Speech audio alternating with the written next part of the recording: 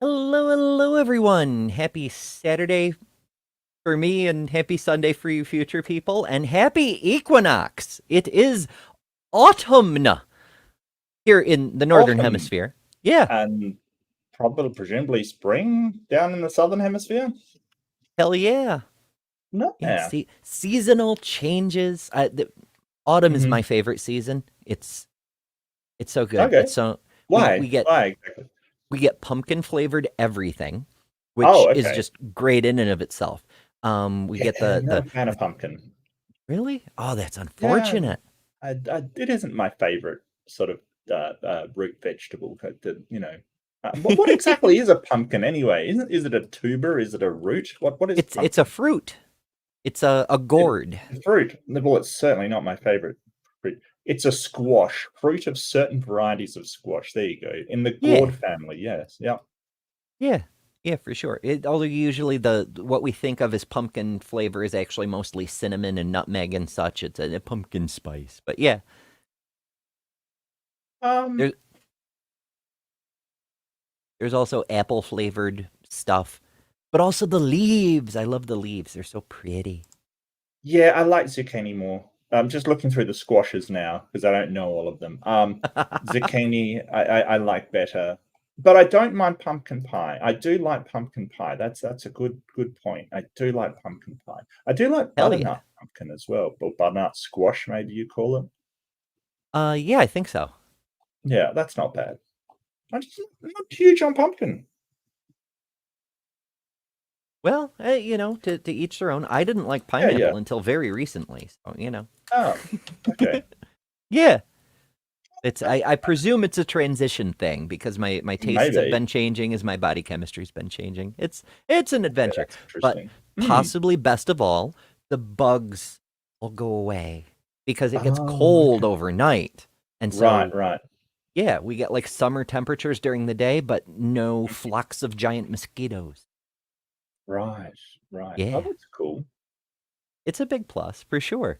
Hmm. So, Unfortunately, we're mhm. not rid of all bloodsuckers because there's still there's still politicians. There's always politicians. Yeah, yeah. You like that segue? Was that smooth? Hmm. And I know that was it's it's, it was buttery smooth, much like pumpkin. It was pumpkin smooth. Speaking of pumpkins, we there have is a an big orange, orange fellow. big Yes. orange fella. Yeah, and Oh, so a good question. I saw this thing recently about one of the Young Turks, the spokesperson, Cenk Unger, I think his name is Cenk Unger. yeah. I'm not sure about the surname, but I know he's Cenk.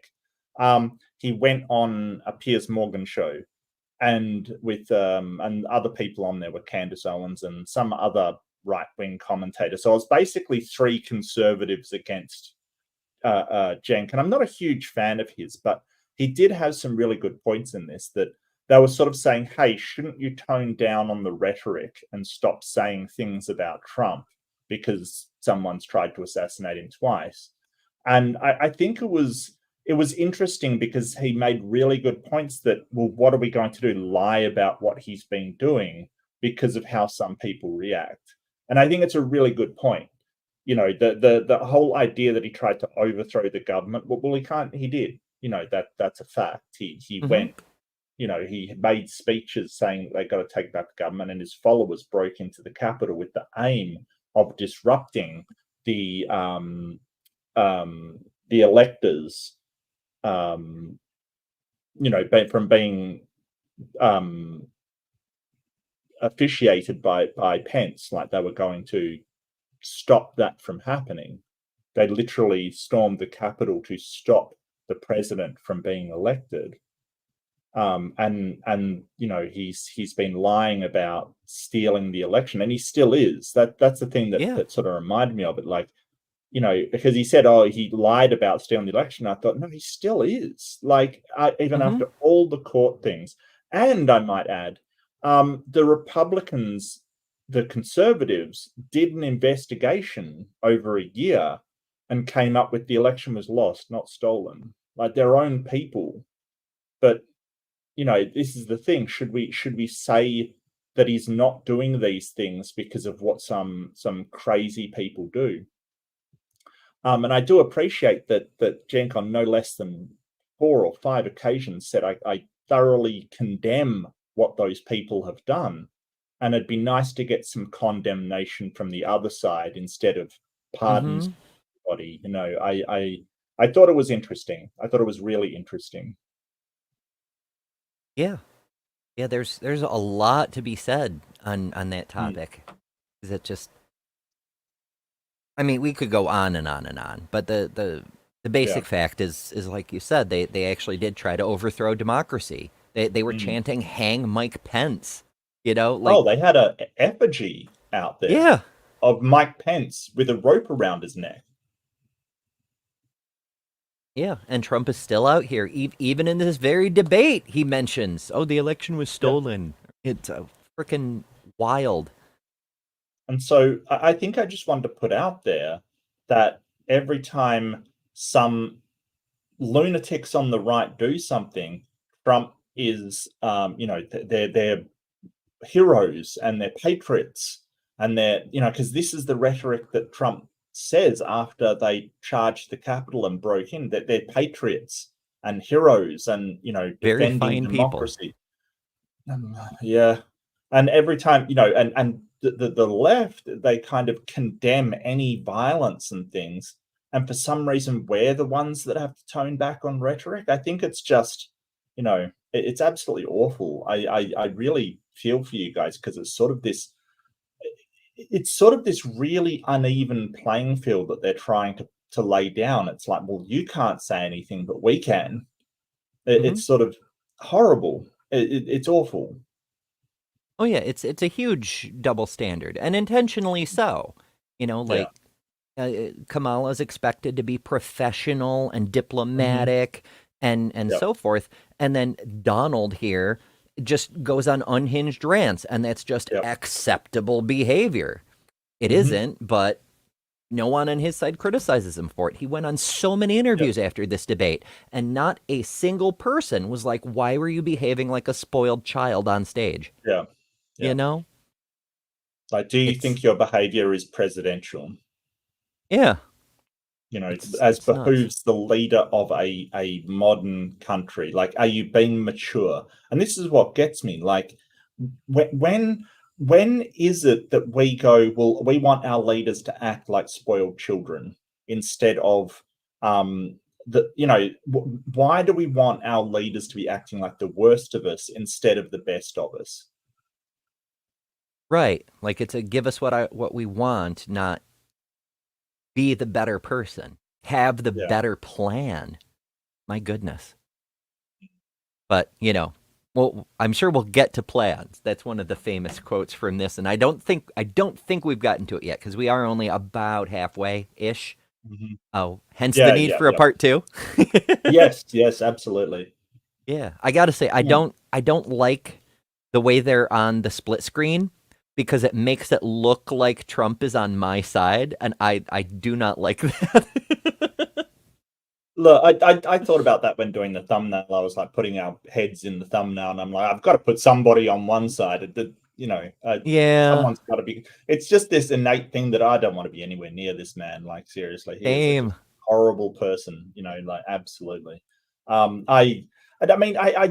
not a huge fan of Kamala. I think she's very establishment, but at the same time, I just remember the sheer chaos last time of Trump, like just the sheer, first day Muslim ban struck down by the Supreme Court for being unconstitutional. Like, if that's your first action, it's just, ugh. Yeah, and it's so wild on so many levels. Like, in this very debate, I think we may have covered it last time, but he comes at Harris for picking Walz because Minneapolis was burned to the ground by BLM. BLM was his presidency. That was 2020. That was the whole country, literally everyone dying and or being on fire and or getting shot at by Kyle Rittenhouse. It just, for fuck's sake. So yeah, let's get into it, shall we? Who are phenomenal. If they do that, the border is closed. Mr. Those President, people are killing many people, unlike J6. We talked immigration here tonight. I do want to focus on this next issue to both of you because it really brings us this into focus, truth in these times that we're living in. Mr. President, for 3.5 years after you lost the 2020 election, you repeatedly falsely claimed that you won, many times saying you won in a landslide. In the past couple of weeks leading up to this debate, you have said, quote, you lost by a whisker, that you, quote, didn't quite make it, that you came up a little bit short. I said that? Are you now acknowledging that you lost in 2020? No, I don't acknowledge that at all. But I you said did that say sarcastically. You know that. Oh, I was just joking, folks. It was just a joke. I was kidding. I'm a funny, funny guy.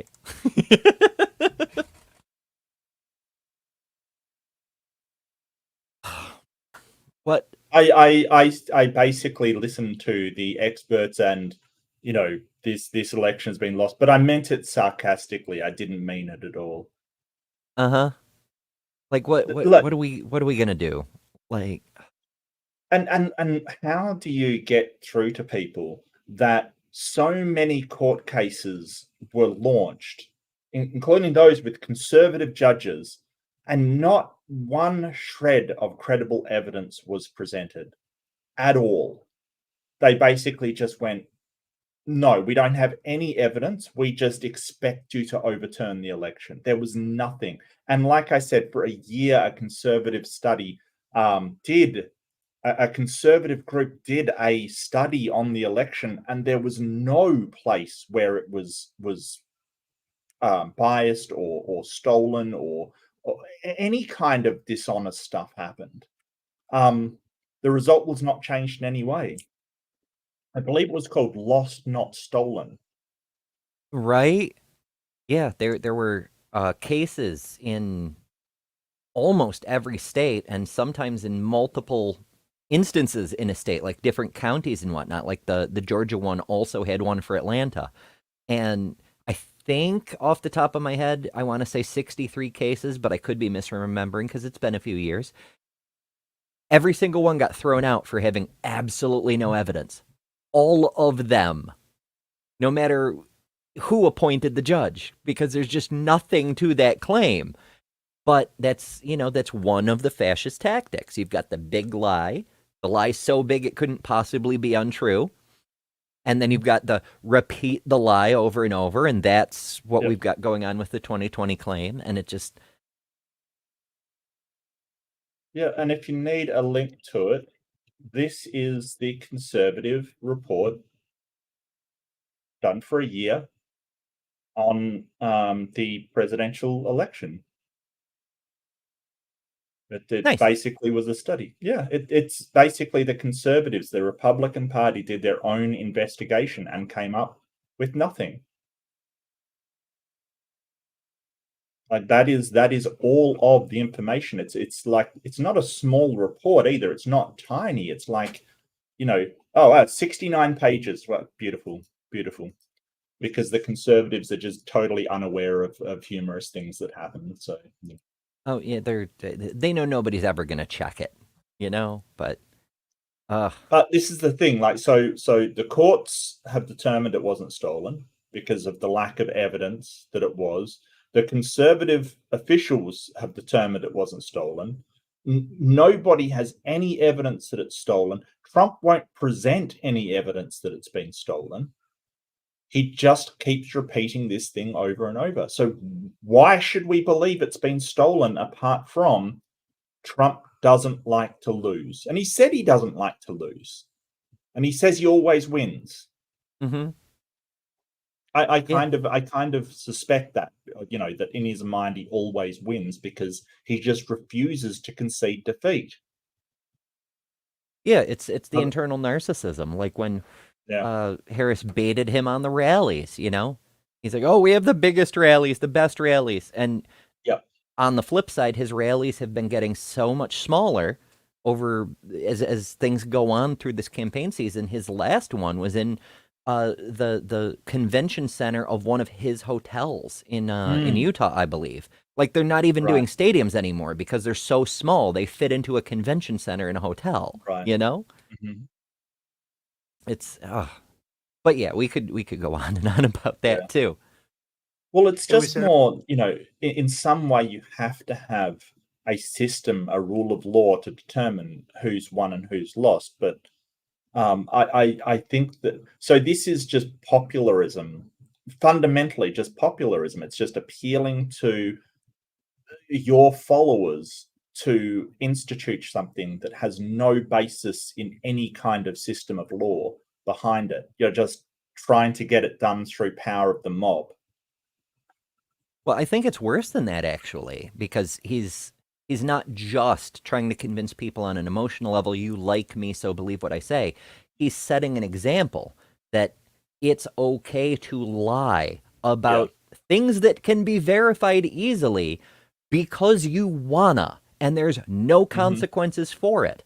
And this, we see the effects of this in our population, where people are running around doing horrible things, calling in bomb threats to schools and hospitals, or just beating people up in the street, all sorts of things, and then lying about it. Even if they get caught, they're just not backing down on the lies because there's no consequences.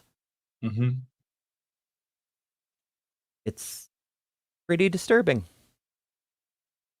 Oh, we lost by a whisker. That was said sarcastically. Did I break it already? I hope not. I think I broke it. We scared him. It happens. Yeah. All right, 48, 46. Da, da, da, da. 40, a little further. 48. Okay, that's close. Sarcastically, you know that. It was said, oh, we lost by a whisker. That was said sarcastically. Look, there's so much proof. All you have to do is look at it. And they should have sent it back to the legislatures for approval. Yeah, so much proof. What proof? The legislatures? You mean the legislatures of the state? Like, don't forget, this is a man that called Georgia and said, can you find me X amount of votes? Like, he actually tried to produce votes from nowhere, and he's actually been indicted for that. It's been tied up in the courts through some very questionable decisions by judges. But, he may suffer a very serious consequence for trying to get votes from a governor who just did not have the vote. He didn't have the votes. Yeah. And I take it as like, it's the same sort as the evangelicals that he hangs out with, the religious right folks who like to say a whole bunch of claims and then say there's so much evidence, when they know and we know there is no evidence, or at least no good evidence. But they keep saying it anyway, because nobody's going to stop them, because there's no consequences. Yeah. I got almost 75 million votes, the most votes any sitting president has ever gotten. I was told if I got 63, which was what I got in 2016, you can't be beaten. The election, people should never be thinking about it. The look on her, the skepticism on her face. Yeah. She's like, well, who? he doesn't, like, who told him that? One of his, yes men, one of his advisors. Like, I don't, it's kind of like, you should understand that the popular vote is not the way the president is elected, because Hillary got more votes than you and she still lost. It depends where they are. It really does. And, there's some contention about that. I get it. And there probably should be. But if that was the case, if more votes equaled presidency, you would have lost to Hillary the first time round. Yeah, so he does know this. He's just full of shit. Yeah, basically. Fucking wild. Election is fraudulent. We need two things. We need walls. And we have to have it. We have to have borders, and we have to have good elections. Good news, Donald. We have both of those things. We do actually already have borders. Any map you care to check it, you don't even have to take a Sharpie to them. They have borders drawn onto them. And as the 2020 election has been more thoroughly investigated than any election in American history, and everybody on both sides of the aisle gives it the stamp of approval. We have the most secure elections we have ever had. Mm-hmm. So, yeah. Our elections are bad. And a lot of these illegal immigrants coming in, they're trying to get them to vote. They can't even speak English. They don't even know what country they're in practically. And these people are trying to get them to vote. And that's why they're allowing them to come into our country. I did watch all of That's these a pieces lie. of video. Don't you know the illegal illegals get to immigrants. vote? Yeah. We're just immigrants can't handing out vote. ballots. Yeah, no, you need to register for vote, and illegal immigrants can't even register, much less vote. That is a complete falsehood. Illegal immigrants are not voting. This is one of the things that the report covered, kind of thing that they looked into. No, illegal immigrants are not voting. You can make a case that illegal immigrants are taking jobs. You can make a case that illegal immigrants are putting pressures on social service. You can make a lot of cases of what illegal immigrants are doing, but voting is not one of them. Yeah, it's just one of those things that people are supposed to just accept without question. The same way, when they say dead people in Chicago are voting, because Chicago had a big problem with that kind of corruption in the last century. But that doesn't mean that's happening, Like Right. we get a whole bunch of static along these lines, and it's not related to this debate, but people will bring up stuff like more votes were cast than registered voters on the rolls. When they say that, if they're not just spinning yarns, as they say, it's based on unrelated things. Like the one case that I saw investigated, there were more votes cast in one election than the number of people who were registered to vote in a different election. Right. I didn't detect the sarcasm, lost by a whisker. We didn't quite make it. And we should just point out here as clarification, and you know this, you and your allies, 60 cases in front of many judges, many of them No judge Republican, looked at it. and said They there was said no we didn't have widespread fraud. standing. No That's the other- judge looked at it. No judge. Are you serious? If no judge looked at it, it's because you have to provide the evidence in a court, and they did no such thing. They basically asserted something, provided no evidence of it actually happening, and they were struck down through lack of evidence. If you have the proof, provide it. This is the thing. It's kind of this, well, there's proof out there. You just have to look at it. They looked conspiracy at it. theory. Yeah. They're suppressing the evidence. The judges won't even look at all these piles of evidence.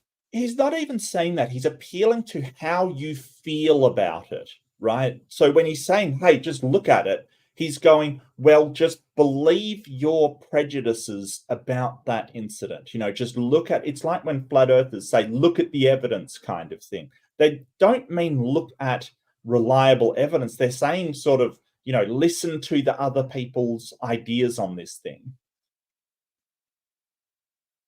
Yeah, just go with your gut. You know the truth. It's been written on your heart by, Nil, the great not God and creator of creator gods. Oh, I knew it was Nil. I knew it. Absolutely. Other thing, they said we didn't have standing, a technicality. Can you imagine a system where a person in an election doesn't have standing? The president of the United States doesn't have standing. That's how we lost. He lost because he doesn't have standing, folks. Okay. What? No, I think he's talking about the court cases. He is, but he's lying about that too. Like many of the cases were dismissed, but it wasn't because he didn't have standing. Now, oftentimes a lot of the cases were filed by like political action committees and not the Trump campaign. And in those cases where it wasn't Trump himself and his election apparatus looking into it, those groups didn't have standing. They legitimately don't. Right. So, a couple of the court cases were deemed not to have standing because the party that did the case was not representative of any political party or any kind of person that had been aggrieved through this process. So You know, and that was only one case, I think. I can't remember, but it wasn't, you know, it wasn't, we're talking about 60 cases here. They weren't all struck down because of no standing. Most of them were, you know, sort of dismissed through lack of evidence. They just did not present anything to back up their claims. Yeah, like I don't have specific details. Again, years ago, but like, you know, if Heritage Foundation files a lawsuit about Trump losing the election, they're going to get laughed at because Heritage Foundation was not on the ballot. Right. And Look the at the Heritage fact- Foundation is not a constituent. It's not a person that votes. It's an organization. That may be a trickier one than, I don't know. I don't want to go into it, but it touches Well, on Citizens United, how, you know, organizations are people That's that have true. more rights than humans do. But organizations still can't vote. That's the whole point. Like Yeah. you can't have Disney Corporation having its own vote. That's not how it works. At least for now. At least for now. Facts, and I'd love to have you. You'll do a special on it. I'll show you Georgia, and I'll show you Wisconsin, and I'll show you Pennsylvania, and I'll show you. We have so many facts and statistics, but you know what? That doesn't matter because we have to solve the problem that we have right now. That's old news. And the problem that we have right now is we have a nation in decline, and they have put it into decline. We have a nation that is dying, David. Mr. President, thank you. Vice President Harris, you heard the president there. Oh, I That's thought you'd pretty already been rich. destroyed. I thought you'd been destroyed already. So Right? Yeah, we've been yeah. we were burned to the ground, we were destroyed, we're in bad shape. All the things. Yeah, from part 1, which is over on Mark's channel. If you haven't seen it, watch it Yeah. after this. It's good stuff. But the way he phrased that, just killing us, coming from the man responsible for actually killing more Americans than any president outside of a military conflict, more American dead than anything has caused since World War II, is just wild. It's like a bank robber accusing a police officer of jaywalking. Like, you just robbed the bank, my guy. What are you even doing here? Tonight, he said he didn't say that he lost by a whisker. So he still believes he did not lose the election that was won by President Biden and yourself. But I do want to ask you about something that's come up in the last couple of days. This was a post from President Trump about this upcoming election just weeks away. He said, when I win, those people who cheated, and then he lists donors, voters, election officials, he says will be prosecuted to the fullest extent of the law, which will include long-term prison sentences. So I think this is possibly more projection, because in the areas where he did try to cheat, you know, election fraud, which he's been convicted of, maybe long prison sentences are called for. It's that saying every accusation by a conservative is either a confession or projection. And he did do those things. He did commit election fraud. So maybe he knows he deserves a long prison sentence. I don't understand how a convicted criminal can be on a ballot at all, quite frankly. I mean, you can't even vote if you're a convicted felon, and apparently you can run if you're a convicted felon. Yeah, at least for federal office. There's a lot of interesting outdated rules that we have because when the rules were put in place, we assumed people would have, you know, shame or a sense of decorum or, you know, professionalism. Yeah, surprise. Trump doesn't have any of that. Stuff. Yeah.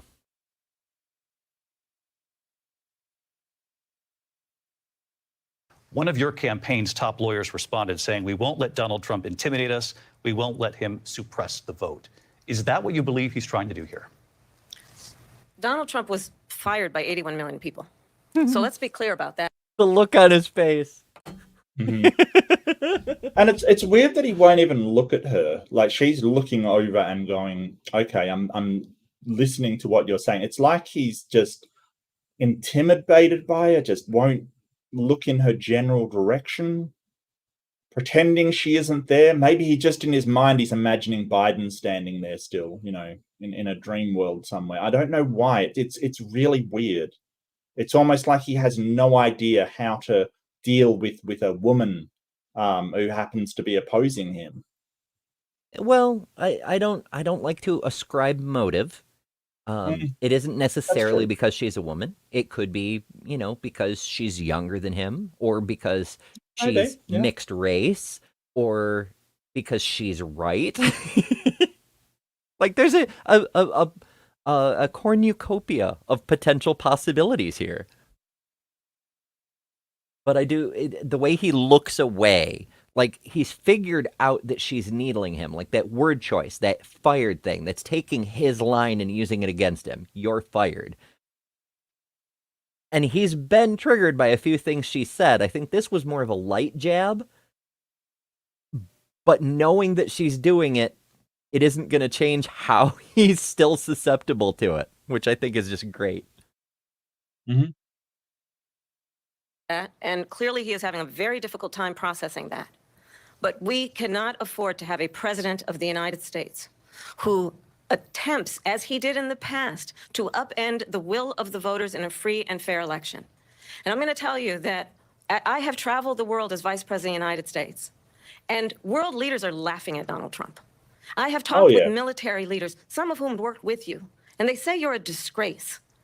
And when you then talk in this way in a presidential debate and deny what over and over again are court cases you have lost because you did, in fact, lose that election, it leads one to believe that perhaps we do not have in the candidate to my right the temperament or the ability to not be confused about fact. That's deeply troubling, and the American people deserve better. I appreciate how Absolutely. diplomatically she phrased that. Mm. He isn't confused about the facts. He is deliberately lying about something he knows is a lie. And the fact he's willing to do that he has no shame, that he has no self-control, really. It's a big problem. And it's almost like he's compulsively doing it. Like he cannot stop himself from trying to win at all cost. And you might say, hey, that's a great thing for a leader to have. No, it's not. No. Because a person like that will not give up power when they get it. They won't. Yeah, He didn't give up power. What's the quote? I'm so bad with quotes.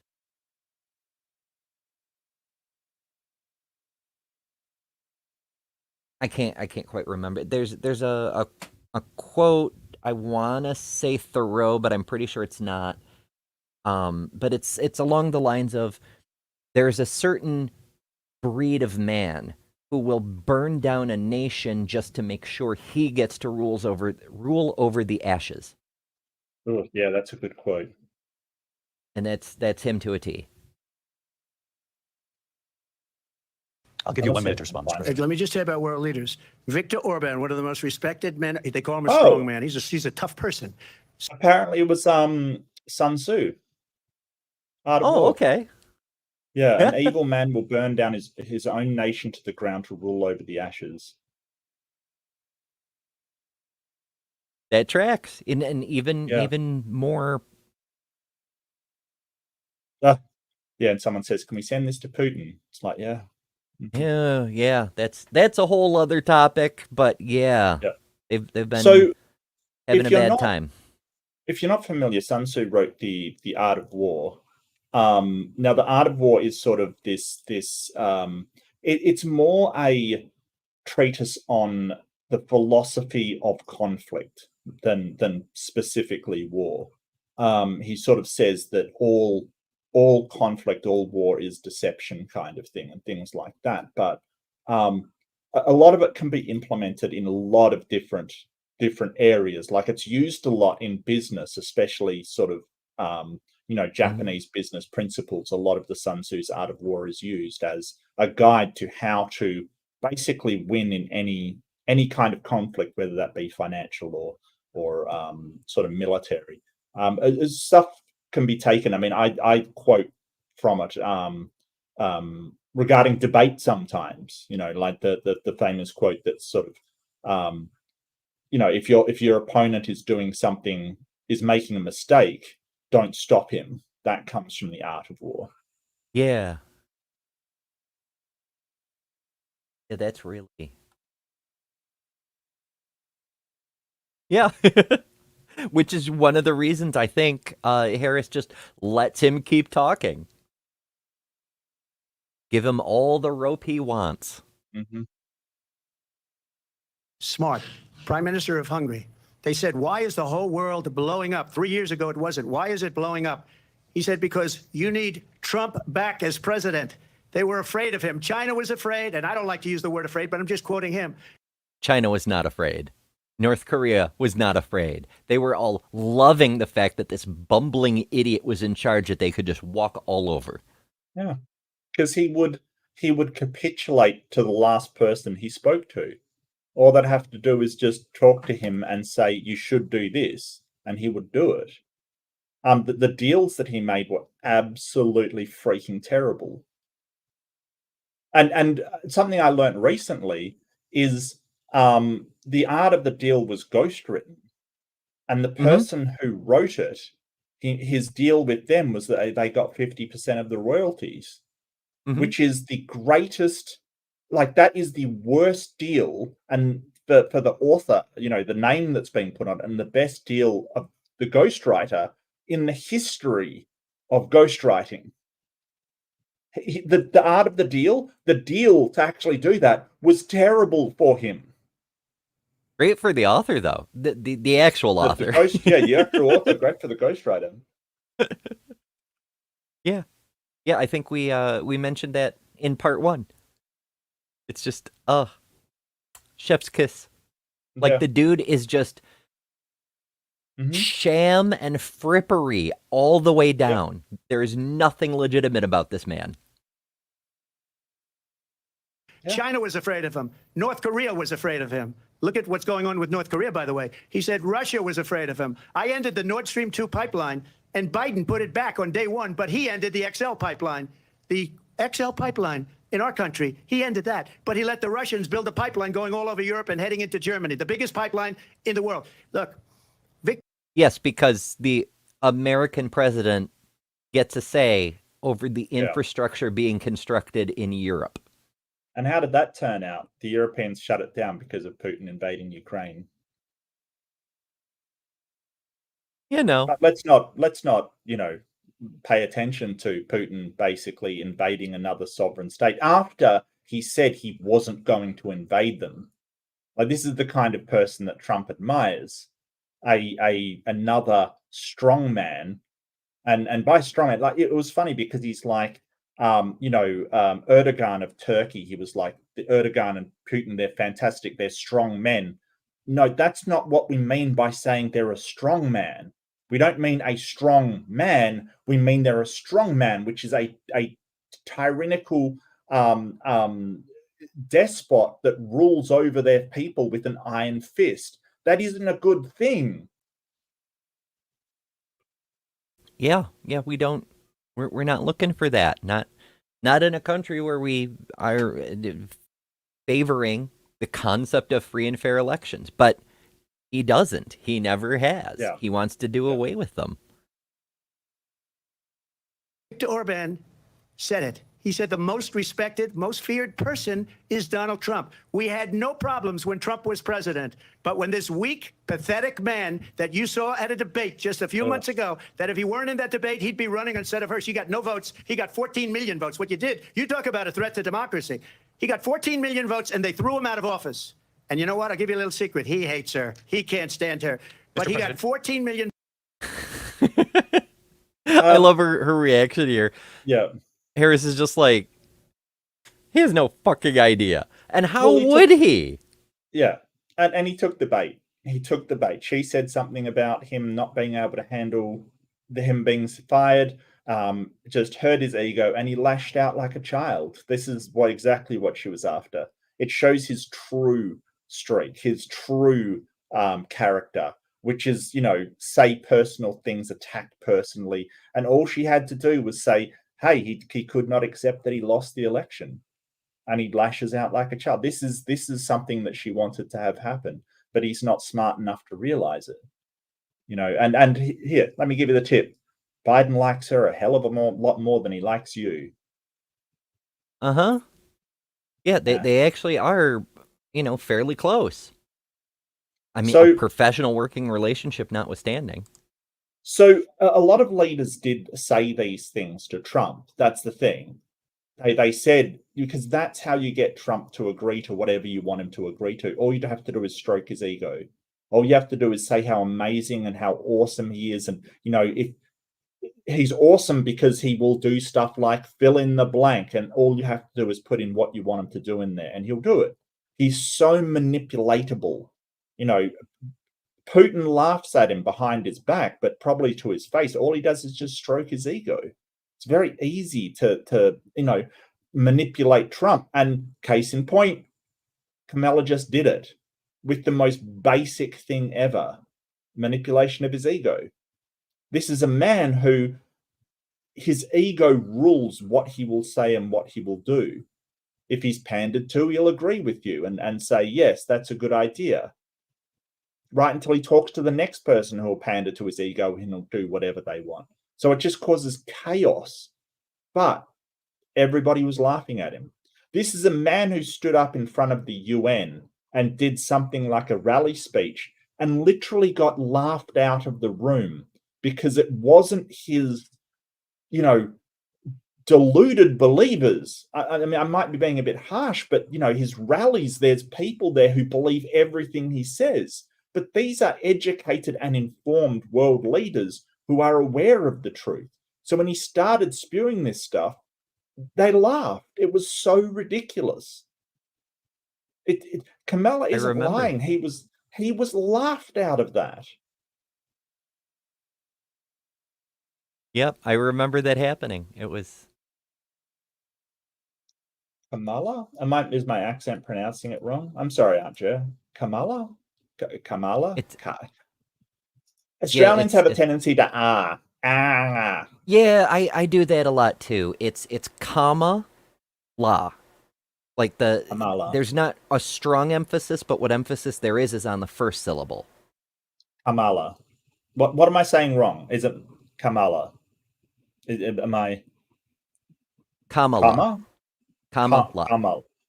This is too hard. Kamala. That sounds wrong. Kamala. Yeah. I don't know. Kamala. It's I have a friend named Linnea, and it's she has to tell everyone, even people who've known her for a while, that it's Lynn knee like your knee. Yep. Because people keep What? trying to say Linnea. Well, I have to tell some Americans it's Mark, not Mark.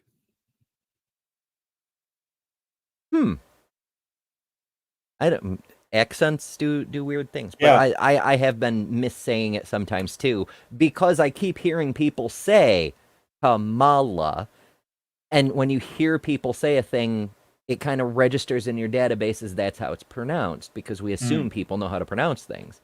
But Yeah. it is comma like the punctuation mark, comma la. Or you could just say Harris, because if we're going to call him Trump, it's only fair to call her Harris instead of using her first name, which kind of like makes her seem smaller than him. Like he's Trump. He's known by his family name. He's a patriarch, whatever. And she's just Kamala, It's just, Well, he did a lot of brand building on Trump, the name. He built a lot of that brand stuff, and I think that there wasn't anything wrong with his branding. He associated with wealth and opulence and sort of all of these things that we now know are not true, because it's marketing. It's not, it's not actually real. It's not actually how he ran his businesses. So I think I loved John Oliver's investigation into his name and realized that, like, his grandfather changed it from Drumpf It was originally Drumpf. And it's so much more sort of accurate to how the man behaves if he was Donald Drumpf. Absolutely. Yeah. Oh my goodness. I thought I've seen people use that, and I assumed they were just mocking him. No, it was his name when his because his grandparents came from Europe, I believe. It's a German name, and it sort of they changed it when his it might have been great-grandfather or great-great-grandfather, I can't remember, but it was changed when he came to America. He changed his name to Trump. Love it.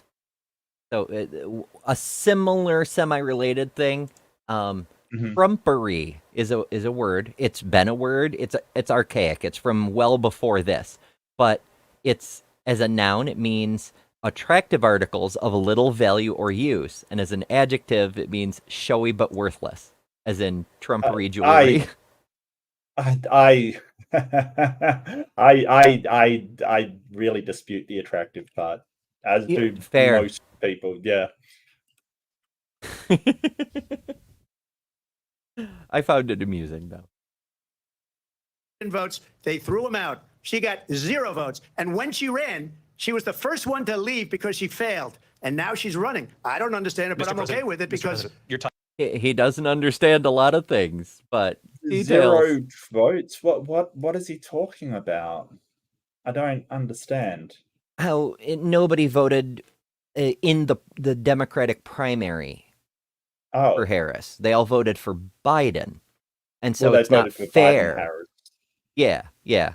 He's saying it's not fair how they swapped out a person who was voted for a person who didn't get any votes, but that doesn't actually matter. Doesn't work because like that. Yeah. The way the nomination process is done is it's who the delegates vote for. It's almost a mirror of the Electoral College. It doesn't matter what the people vote. It's what the electors vote. And if anybody has a problem with it, they can do a challenge in the through the Democratic Party, but everyone's fine with it.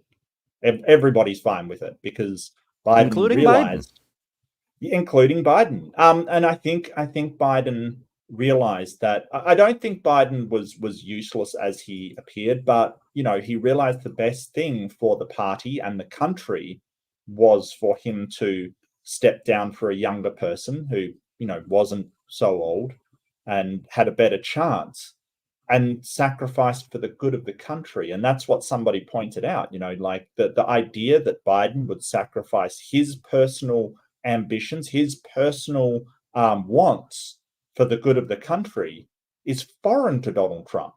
Mm-hmm. He doesn't understand that because he's never sacrificed for the good of anything but himself. Yeah, that's exactly it. It's like playing by an entirely different ethical system. Like if there's any altruism, it's selfish altruism. Yeah. Well, he kind of lives by a quid pro quo kind of thing. His thing is, well, if you want me to do something for you, you've got to do something for me. And we saw that play out with his relationships all around the world. Just, Yeah, like with Ukraine, we're cutting off aid unless you give me dirt on Joe Biden. Right. Wild corruption. Unfrickin' real. Time is I think up. we're going to do very well. We've got a lot more to get to. Turning now to the Israel-Hamas war and the hostages who are still being held, Americans among them. Vice President Harris, in December, you said, quote, Israel has a right to defend itself, but you added, quote, it matters how, saying international humanitarian law must be respected. Israel must do more to protect innocent civilians. You said that 9 months ago. Now an estimated 40,000 Palestinians are dead. Nearly 100 hostages remain. Just last week, Prime Minister Benjamin Netanyahu said there's not a deal in the making. President Biden has not been able to break through the stalemate. How would you do it? Well, let's understand how we got here. On October 7, Hamas, a terrorist organization. The legal government of Gaza, also a terrorist organization. I will concede also that. A terrorist organization, yes, and they did do a terrorist move. But what really annoys me about how Kamala is framing this is that that's how we got here, or Harris is framing this is this is how we got here, and that's not really how we got. Like it's sort of saying how they got to the pub. Well, they turned the corner and the pub was there. Yeah, kind of, but in a way, this has been a long walk up to that corner. We're not. It's like, I get you don't have time. Look, I really think this question is it's hard to answer in a presidential debate where you have 2 minutes to respond. It's kind of like, how are you going to fix Israel Palestine in 2 minutes? Go. Oh wow. Okay. Yeah, solve world hunger next. Well, Trump also claimed that Jared Kushner was going to fix the entire deal in record time. He was just going to fix it all up. And, of course, he doesn't understand a thing about what's happening. All he's got is just people in his ear saying, hey, Muslims bad. This is an incredibly difficult question. I don't blame her from going, okay, let's start from the recent incident, the inflaming incident. And yes, that was a terrorist attack. There's no doubt about it. On the other hand, they've really been pushed into a corner with what amounts to apartheid in Israel, because Israel still controls all of the food, power, water, all of the utilities into the Gaza Strip. So they do have sovereignty over that area, even though they sort of go, okay, but that's not part of our country. Really? Much like the same way that South Africa during apartheid had areas of South Africa that they said that wasn't part of our country, that's something else. It's very, very similar. So does that mean that the Hamas had the right to do a terrorist attack on innocent civilians? Absolutely not. But does that attack mean that the Israeli government can kill innocent civilians and aid going into the area? Absolutely not. It's a terrible situation. Yeah, I don't even know what to say about that. Yeah, it is complex. It is, but as you say, she's only got 2 minutes. So taking some of that time to create a somewhat misleading framing, technically accurate, but limited in a very specific kind of way, is just, I don't care for it. Yeah. Slaughtered 1,200 Israelis, many of them young people who were simply attending a concert. Oh, you want to talk about young people? You really want to go there? Because we see pictures every single day of infants, hundreds and hundreds of babies who've been massacred in this ongoing genocidal sweep of Palestinian territory.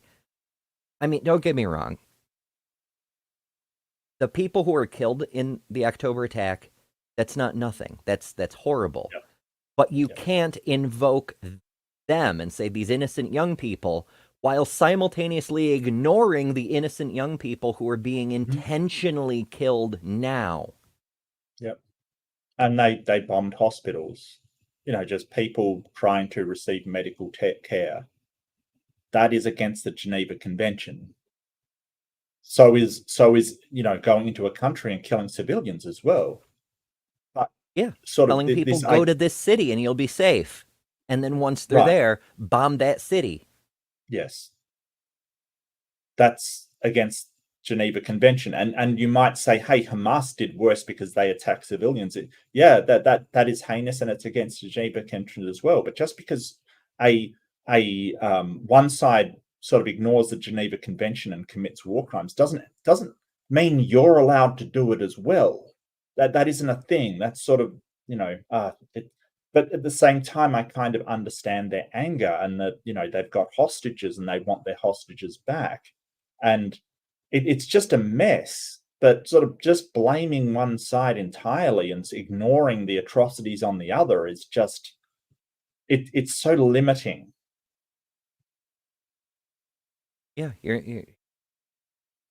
if you actually want a resolution, you can't polish a turd on one side and call it gold, and then on the other side level all the blame. It's, as you said, it's a complex topic. It's just really pissing me off how one-sidedly it's being presented. Yeah.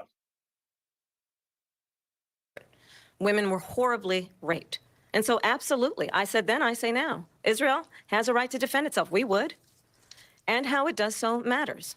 Because it is also true, far too many innocent Palestinians have been killed. Children, mothers. What we know is that this war must end.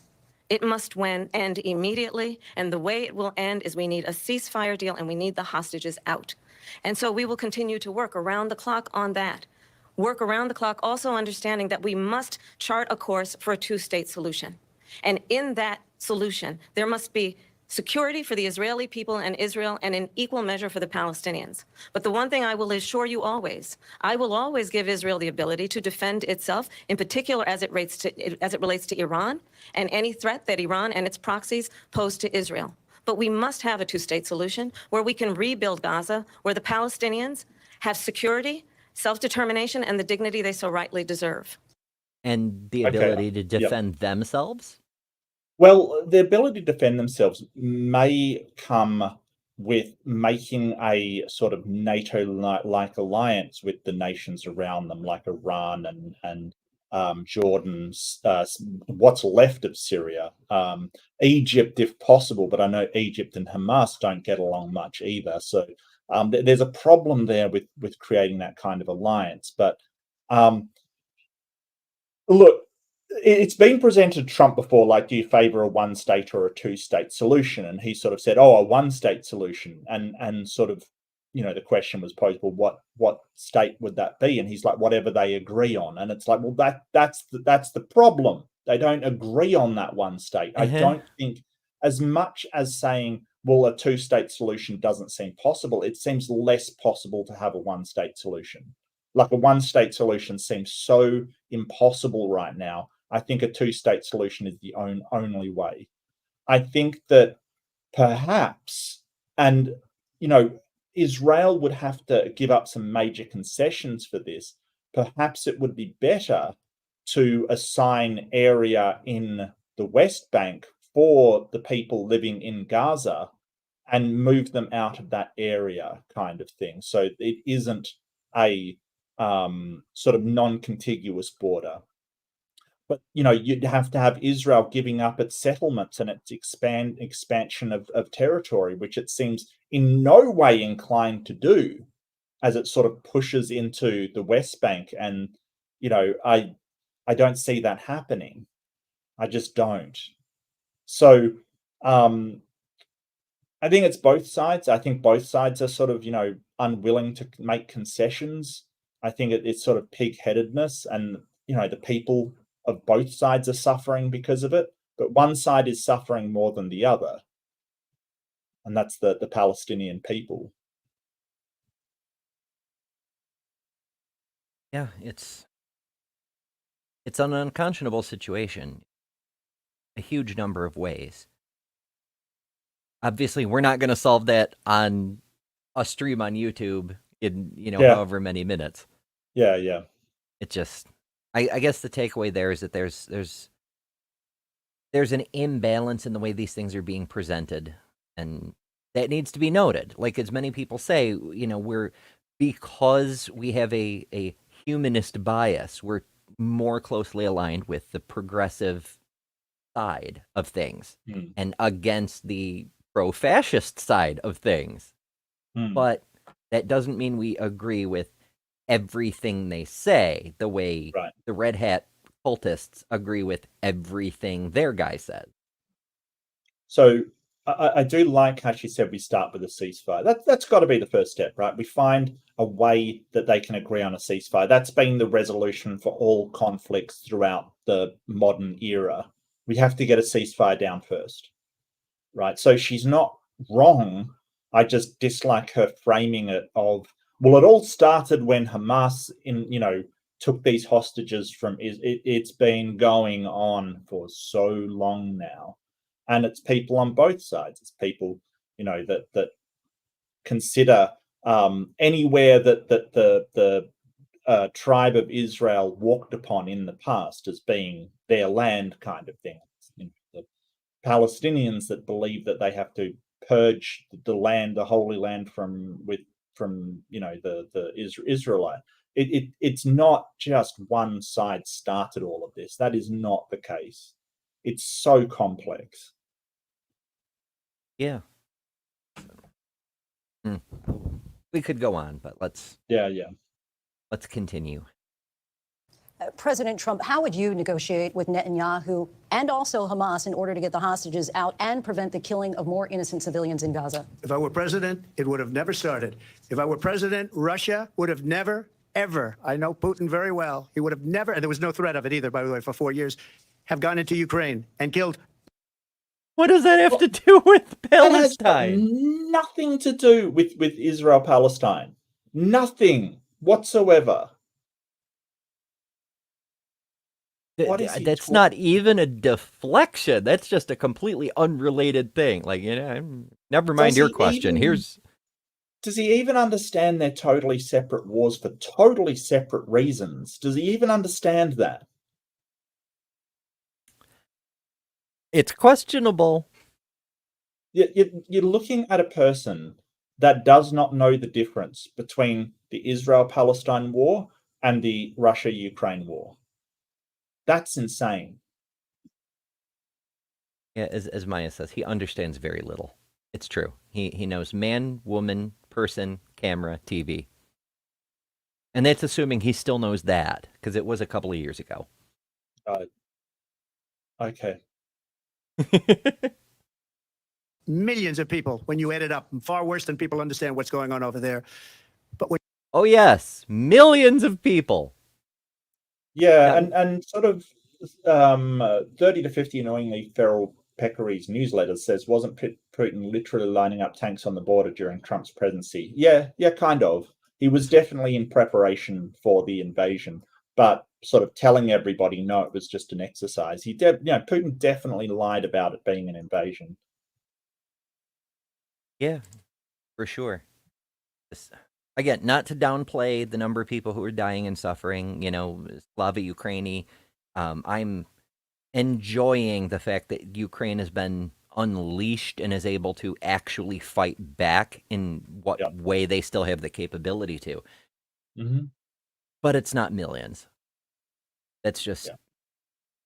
This man just can't think. Whatever happens, Ukraine has absolutely humiliated Russia.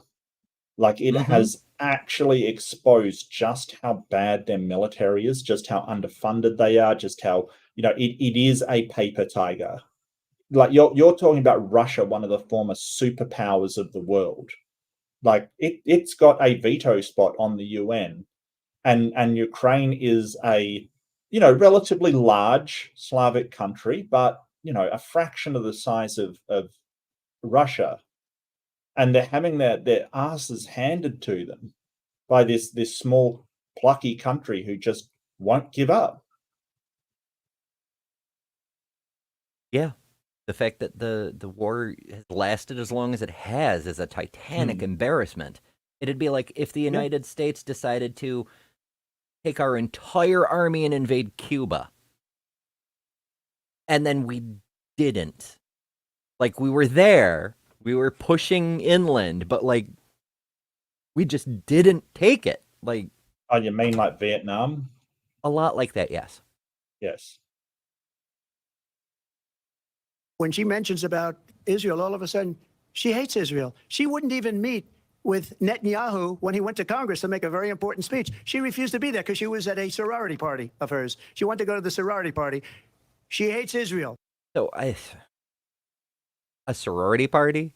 Like, we know everything Trump says is a lie, but, like, that's a sorority out party. there. Was it maybe I just does he know that a sorority is like students at a university? They're students. Why would she be at a I mean, it might be a university function, but I highly doubt it's a sorority party. Yeah, that's wild. So according to the New Republic, well, for one thing, she's vice president. Vice presidents don't do the meet the head of state thing. That's presidents and secretaries of state. But she did say that she will meet with him. She just Okay, so she I was can't get giving direct answers today. she was giving a speech at Zeta Phi Beta. Now, Zeta Phi Beta is a social service organization among the largest historically Black Greek-lettered fraternities and sororities. So it's a sort of amalgamation of the it's the largest amalgamation of Black fraternities and sororities. But she wasn't going to a party, she was giving a speech there. Apparently, she's a member of Alpha Kappa Alpha Society, sorority, another historically Black sorority. And she didn't not meet with him. She wasn't in Congress the day they gave him the floor in Congress to address Congress. Right.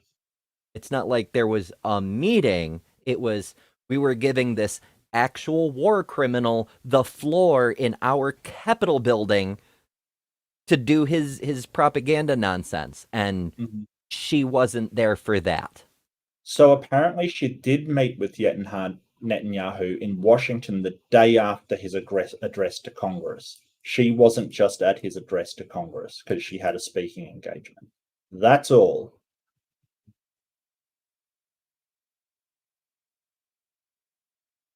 Social obligation.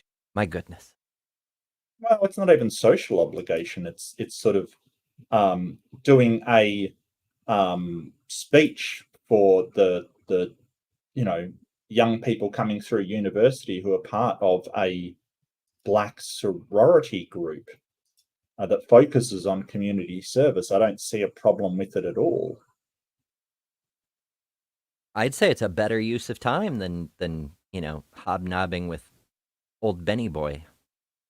Well, I think that if she didn't meet with him at all, he might have a point that, hey, how are you supposed to say we don't like the way you're carrying out this war if she doesn't meet with him? As the candidate, that might carry a lot of weight, but she did meet with him the day after, apparently. So that is just crap. It's just him trying to color a speaking engagement as a party. It wasn't a party.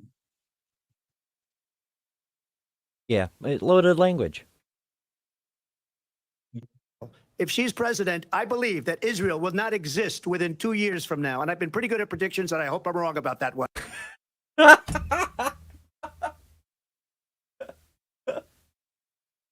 I've been pretty good at predictions.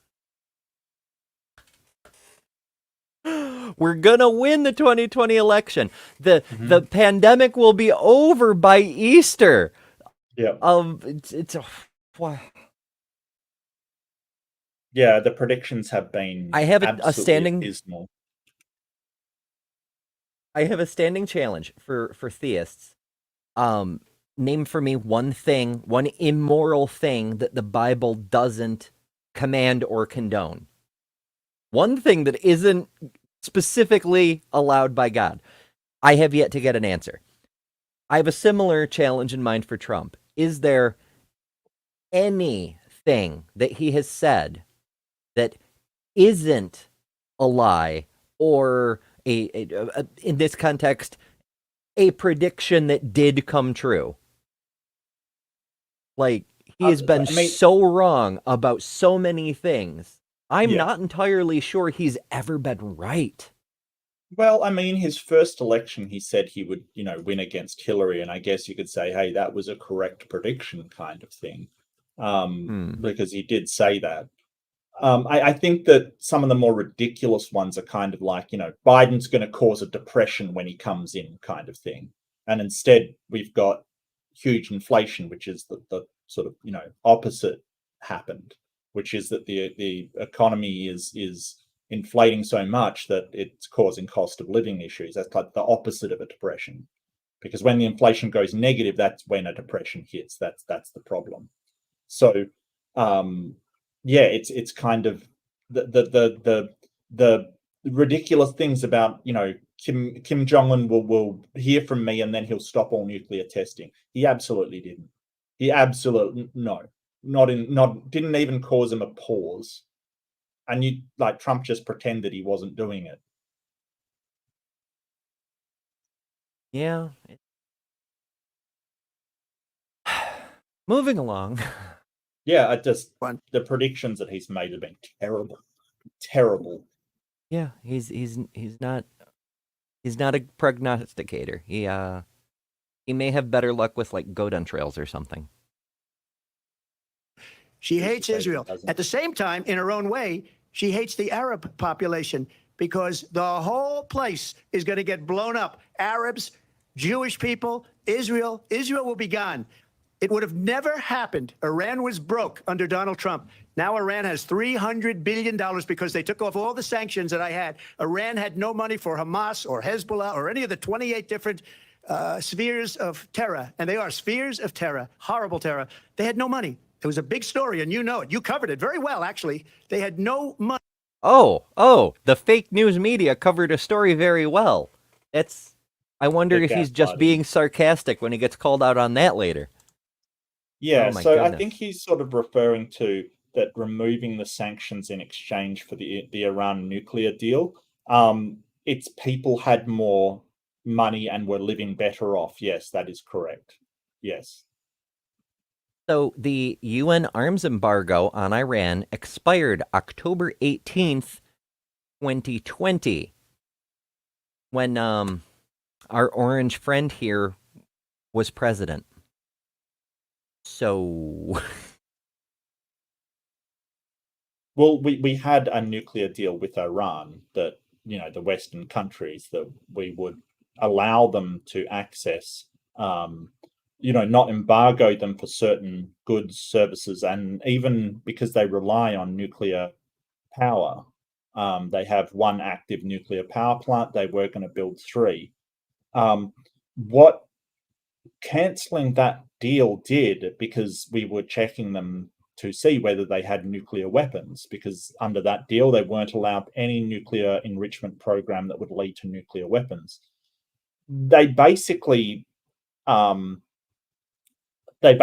fire up any nuclear program again because there was nothing against it. They were abiding by that deal, and I don't think that they were particularly, I don't think the amount of money they gave to terrorism escalated when when we cancelled the embargoes and things. I don't think that's the case. yeah. Additionally, I don't see a causal link. Like, even if sanctions were lifted under Biden, that doesn't mean they instantly have $300 billion to spend. Like, Right. it doesn't. It hurts my damn head. Yeah. Money for terror. They were broke. Now they're a rich nation. And now what they're doing is they're spreading that money around. Look at what's happening with the Houthis and Yemen. Look at what's going on in the Middle East. This would have never happened. I will get that settled and fast. So, this is He said driving me bonkers. He said the same thing about the Israel conflict with Palestine. He said it'd get Jared Kushner to sort it out. It'd be settled so fast you won't believe it. And he didn't do it. Yeah, failure after failure. But also, he's constantly, I'll keep us out of war. They're going to cause World War III. There were no wars under Trump. And then he's saying, oh, we're going to be world police. We're going to be in Iran. We're going to be in Jordan. We're going to, and not to mention, the whole ISIL thing happened under Trump. The Middle East was falling apart under Trump with active wars and bullshit like that. Yeah. Not the same ones as right now, but shit was happening. But he wants to be in every country and like use military force to enforce a peace. But he's not sort of saying how he's going to do it, right? And this is what I really want people to pay attention to. Like, Kamala is at least saying, hey, we've got to come up with a ceasefire. We've got to petition these leaders and take action so that they engage in a ceasefire and negotiate from there. It's actually a plan. What is Trump's plan? He's just saying he'll solve it immediately. That isn't anything. That's just making a claim about what will happen. You know, it's like if you say to somebody, okay, well, you've got this rising inflation. What are we going to do about it? And you say, well, I'll just solve it. That isn't a plan. I think Kamala said that she would, or the candidate Harris said that she would, the Federal Reserve is lowering interest rates in order to curb that inflationary period. So they're going to use the monetary system to do it. That is a plan, right? That's something that they can do. What's Trump saying he's going to do? He's just going to solve it. Yeah, just going to declare it over. What's the actionable thing? What are the steps? For fuck's sake. And I'll get the war with Ukraine and Russia ended.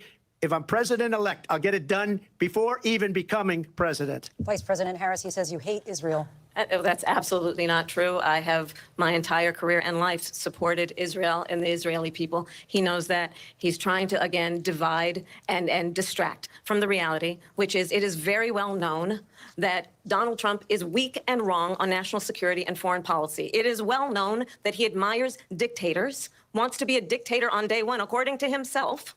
It is well known that he said of Putin that he can do whatever the hell he wants and go into Ukraine. It is well known that he said when Russia went into Ukraine, it was brilliant. It is well known he exchanged love letters with Kim Jong-un. And it is absolutely well known that these dictators and autocrats are rooting for you to be president again because they're not just rooting. They're putting money into actions. Yep. Remember, it was just a week ago-ish that we got word that Tenet Media and its asserted speakers, some of whom here on YouTube, Tim Pool, for instance, Russian agents. The Russian government is dumping fuck tons of money into everything they can, from bots on the site formerly known as Twitter to paid influencer shills on here on the YouTubes. Like, they're doing everything they can to influence things. Well, let's be clear, because this is sort of a legalistic thing. Allegedly, they have been indicted, the leaders of Tenet Media. One of them is Lauren Chen, I believe, that's been indicted for conspiracy for espionage, taking money from a foreign agent, in this case, Russia, for promoting Trump talking points and pushing Trump as an election. They want Trump to win the election, allegedly. Now, most of the people like Tim Pool and the actual YouTubers have claimed they didn't know where the money was coming from. They had no idea. I think that by a case-by-case basis, they will probably prove that some of them did, but that's just my opinion. My opinion is that they all knew that the money was coming from Russia. I think it's ridiculous being a YouTuber, having a ton of money come into your company. You're being paid by that company, and you never ask who the sponsors of your videos are. I think that's ridiculous, to be quite honest with you.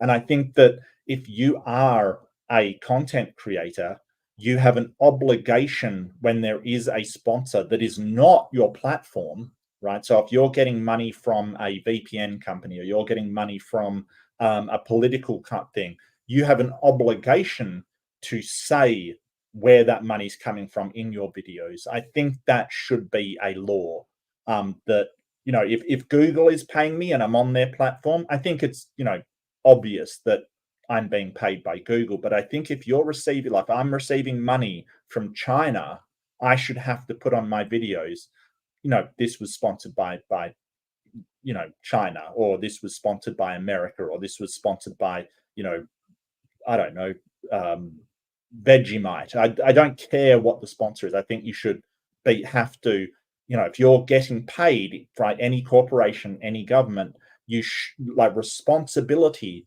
should make you put that on the thing. So I think there's some problems around multinational sponsorship, but that and the allegedly the owners of Tenet Media, Lauren Chen, and I can't remember her husband's name, but the two owners of Tenet Media absolutely knew they were taking foreign money to promote that foreign entity's interests, and that is against the law. Working as a foreign agent without declaring it. Yeah, it's pretty ishy. Now, I can kind of empathize, a person who's been struggling to make a living, particularly doing this sort of thing, and suddenly this organization, Tenet Media, wants to give you $4 million a year. It's a windfall. It's life-changing. But at the same time, I'd be wondering what the strings are. I'd be like, what is this attached to? What is it for? Because that's a ridiculous amount of money, Mm-hmm. Yeah, absolutely. But I think it was, in my opinion, it was very well understood what they were doing. They were promoting Russian interests in America, and one of the things that I personally think was Russian interest was Trump being president. Because even though Trump claims to have been the strongest on Russia of any president, that's patently untrue. That's a lie. He removed many Russian sanctions that were there. He really did nothing to curb Russia in the slightest. Yeah, we all remember when the Mueller report came out, and we knew beforehand, but this was like Justice Department investigation that he very, very much was actively aided by the Russians. And we know from Bob Woodward's book, from a whole bunch of different other sources, that maybe not Trump himself, but his sons and Jared Kushner were actively working with Russian state agents during and after the election. Mm-hmm. The fuck? Yeah. They're so clear. They can manipulate you with flattery and favors. And that is why so many military leaders who you have worked with have told me you are a disgrace. That is why we understand that we have to have a president who is not consistently weak and wrong on Vice national President security, Harris. including the importance of upholding and respecting in highest regard our military. Vice President Harris, thank you. They're the ones, and she's the one that caused it, that's weak on national security by allowing every nation last month for the year, 168 different countries sending people into our country. Their crime rates are way down. Putin endorsed her last week, said, I hope she wins. And I think he meant it, because what he's gotten away with is absolutely incredible. It wouldn't have happened with me. The leaders of other countries think that they're weak and incompetent, and they are. They're grossly incompetent. And I just ask one question. Why does Biden go in and kill the Keystone Pipeline and approve the single biggest deal that Russia's ever made, Nord Stream 2, the biggest pipeline anywhere in the world going to Germany and all over Europe? Because they're weak and they're ineffective. So Russia put out a statement, their foreign minister put out a statement saying that Putin was joking about his, support of Harris. He does not support Harris in any way, shape, or form. That makes sense. So he basically said he wanted Harris to win because she has an infectious laugh.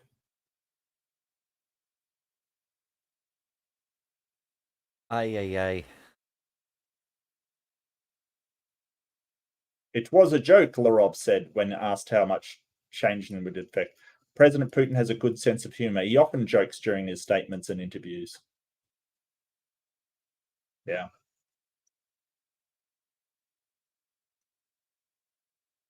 So the pipeline thing is a little bit mixed. apparently, obviously, Biden didn't get a vote on whether Europe builds a pipeline. But Right. what he did do was lift sanctions on Russia that pertain to the construction of the pipeline. Right. And he got a lot of crap from Democrats in Congress about it because he made it easier for them to build this Nord Stream 2 pipeline, which is about as much as he could do. Mhm. But okay. Effective. And Biden, by the way, President gets paid Trump, a lot of money. Thank you. We have a lot of issues to get to. Presidential debate tonight. We're going to Well, it wasn't his time to respond. That's the thing, and that's what drove me crazy over this thing. They just kept letting him have the final word because he'd just keep talking. Yeah, it's nice to see them actually cut him off for a change. And the fucked up thing, like the whole point here with the mics being shut off was to keep them from doing that. But every Yes. time he started to do that, whoever's in charge of the mics turned his on. Yep. Which drove me Why? crazy. hmm But this is sort of, and I just want to sort of mention this on a broader thing. I went to a room the other day and just had somebody yell over the top, like just talk over the top of people. Um, I find it just incredibly dishonest and disingenuous if you're there for a debate or you're there to have a discussion and somebody just keeps talking over the top. Like, you know, there's always interruptions that happen. We get this, we understand this, you know, people want to correct things straight away, totally understand it. But he's almost compulsive. He can't stop. It's ridiculous. You know, like compulsively not allowing other people to get the final word. It's ridiculous. Yeah. Yeah. Even Aunt Jur was mad about Yeah. that. Like if you're pissing Aunt Jur off, you done crossed the line, fam. Yeah. continue here, and I want to turn to the war in Ukraine. We're now 2.5 years into this conflict. Mr. President, it has been the position of the Biden administration that we must defend Ukraine from Russia, from Vladimir Putin, to defend their sovereignty, their democracy, that it's in America's best interest to do so, arguing that if Putin wins, he may be emboldened to move even further into other countries.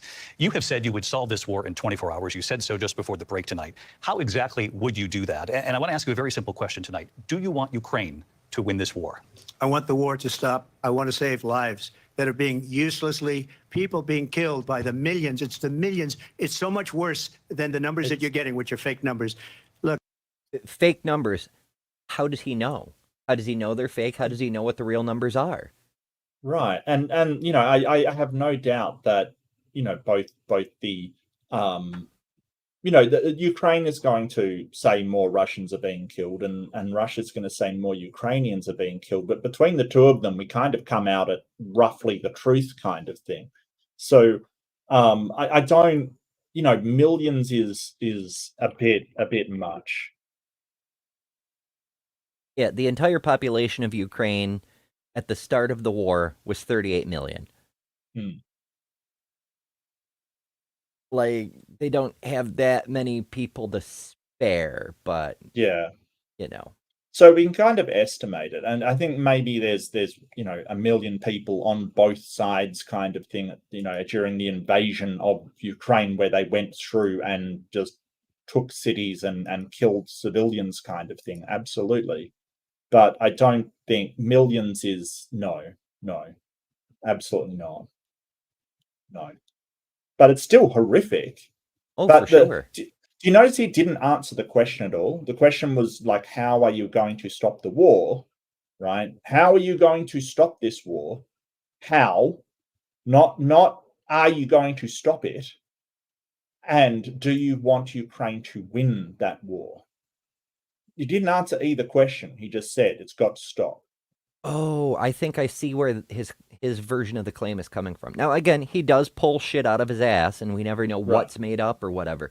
But there's apparently approximately, it's hard to get exact count because 20% of Ukraine is in Russian control, but it seems that approximately 10 million people are in that Russian-controlled section. So effectively, Ukraine has lost 10 million people. because they're in the Russian-controlled section. So they have lost millions, but they're not passed away. They're just in occupied territory. It's casualties as well. Like, casualties aren't deaths. Casualties are also wounded, for instance. Mm-hmm. Yeah, so it's a possibility anyway. It's possible. Or he could just be pulling it right out of his ass, because that's what he does. You know, this is a man that says that his crowd size is, you know, bigger than any in history, kind of thing. It's ridiculous. He claims his inauguration crowd was the largest in history, when, you know, we know for a fact that Obama's was significantly larger. Yeah, we have pictures. We can check the pictures. The UN also adds additional context. For one thing, the war is causing the birth rate to decline like crazy. That's expected, but when a war drags on for years and years, you've got your normal population turnover, people who are just dying of normal illnesses and such. Yeah. And you don't have replacement because the birth rate is lower. That's going to cause a population decline. And according to the UN, nearly 6 million people have gotten the hell out because it's a war zone. And that's going to decline your population as well, significantly. So yeah, there's a few different things going on. Apparently, Poland's population is up because they've been taking in a lot of the refugees. Look, we're in for 250 billion or more, because they don't ask Europe, which is a much bigger beneficiary to getting this thing done than we are. They're in for $150 billion less because Biden and you don't have the courage to ask Europe like I did with NATO. They paid billions and billions, hundreds of billions of dollars when I said, either you pay up or we're not going to protect you anymore. So that's maybe one of the reasons they don't like me as much as they like weak people. But you take a look at what's happening. We're in for 250 to 275 billion. They're into 100 to 150. They should be forced to equalize. With that being said, I want to get the war settled. I know Zelensky very well, and I know Putin very well. I have a good relationship, and they respect your president, okay? They respect me. They don't respect Biden. How would you respect him? Why? For what reason? He hasn't even made a phone call in 2 years to Putin, hasn't spoken to anybody. They don't even try and get it. That is a war that's dying to be settled. I will get it settled before I even become president. If I win, when I'm president-elect, and what I'll do is I'll speak to one, I'll speak to the other, I'll get them together. That war would have never happened. And in fact, when I saw Putin after I left, unfortunately left because our country has gone to hell. But after I left, when I saw him building up soldiers, he did it after I left. I said, oh, he must be negotiating. It must be a good, strong point of negotiation. Well, it wasn't, because Biden had no idea how to talk to him. He had no idea how to stop it. And now you have millions of people dead, and it's only getting worse, and it could lead to World War III. Don't kid yourself, David. We're playing with World War III, and we have a president that we don't even know if he's... Where is our president? We don't even know if he's a president. And just to clarify they here... threw him out of a campaign like a dog. We don't even know. Is he our president? But we have a president... To be clear, he backed off. He didn't get thrown out. Like, don't get me wrong. A lot of people on the progressive side were like, he needs to step back. But, you know, he chose to do it. Yeah, well, the thing is that Trump, when it's beneficial, he'll say, hey, Biden needs to step aside because he is just lousy and horrible, and, you know, he's lost his marbles and all this kind of stuff. That's what he'll say about Biden. But when he actually does so, so Trump wasn't interested in Biden actually stepping aside. He just wanted ammunition to use against him. Because when he did stand aside, he's like, why did he stand aside? Where is he? You know, it's kind of this... It's just rhetoric. It really is just rhetoric. Look, Biden's old. We know he's old, but so is Trump. Biden said some crazy stuff in that last debate. So did Trump. He's just mad because he's got somebody that isn't old and saying crazy stuff against him. Now he's the old crazy guy. Mm-hmm. He never wanted Biden to actually withdraw from the race. He just liked saying it because it made his position seem better. So as soon as he does it, he doesn't say, no, that was for the good of the country, because he never believed that in the first place. Because he's not interested in the good of the country. He's not interested in what's best for the American people. He's interested in what's best for Trump. That's what he's interested in. Don't kid yourself. He didn't say, "Oh, Biden's this old weird guy that says all this wacky stuff and is decrepit because he's interested in what's best for the people." No. Yep. I mean, even his answers right now, it's all ego. I would do this. Yep. I have that, they're afraid of me, etc. It's eye rolls all day long. Oh yeah. President Mr. President. that doesn't know he's alive. Your time is up. Just to clarify the question, do you believe it's in the U.S. best interests for Ukraine to win this war, yes or no? I think it's the U.S. best interest to get this war finished and just get it done. All right. Negotiate a deal, because we have to stop all of these human lives from being destroyed. I want to take this to Vice President Harris. I want to get your thoughts. Here's the thing. The fact that he won't say, yes, we want Ukraine to win, means that he could easily just say, hey, we can stop the war by just giving Russia all of Ukraine, just telling Ukraine to capitulate, cutting off all support for them, putting a lot of pressure on them to make sure Russia has an easy time of it. Mm-hmm. Yeah, that's the main issue is he's being accused of favoring Russian interests over what's best for the U.S. And he, as much as he lies, he can't bring himself to say he wants what's best for the U.S., not what's best for Russia. Right. Because he wants Russia to get what it wants. He wants there to be a strong man in so dismantling NATO as well. I mean, it's insanity. It's absolutely insanity. Like, if NATO disbands, then there is nothing stopping Russia from taking more territory back. Romania or, the former Yugoslavia, Croatia and Bosnia and countries like that. I don't see what's preventing them. And this whole idea that NATO gave America millions of dollars is absolute bullshit. No, the request was that NATO, the countries of NATO, ramp up their militaries as well, right? They basically put more money. Nothing came to America, right? And it wasn't like because they increased their military that America went, oh, well, now we get to reduce our military, because reducing military is not something America fucking does, like, ever. So it wasn't like they got that money from NATO. No, they didn't. It's just the request was that, France, increase its production of jets, and there was another couple of areas, and that, other NATO countries made their military stronger, which they did. Don't get me wrong. He definitely got them to do that. But that doesn't mean the money goes to the US, and it doesn't mean that the military of the US is reduced so they have more money. No.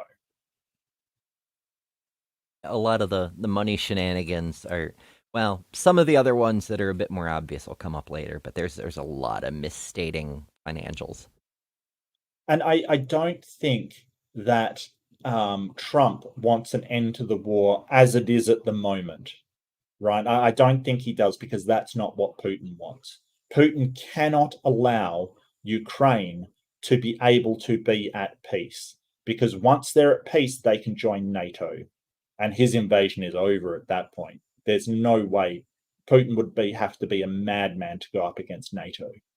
He can't even take on Ukraine, much less NATO.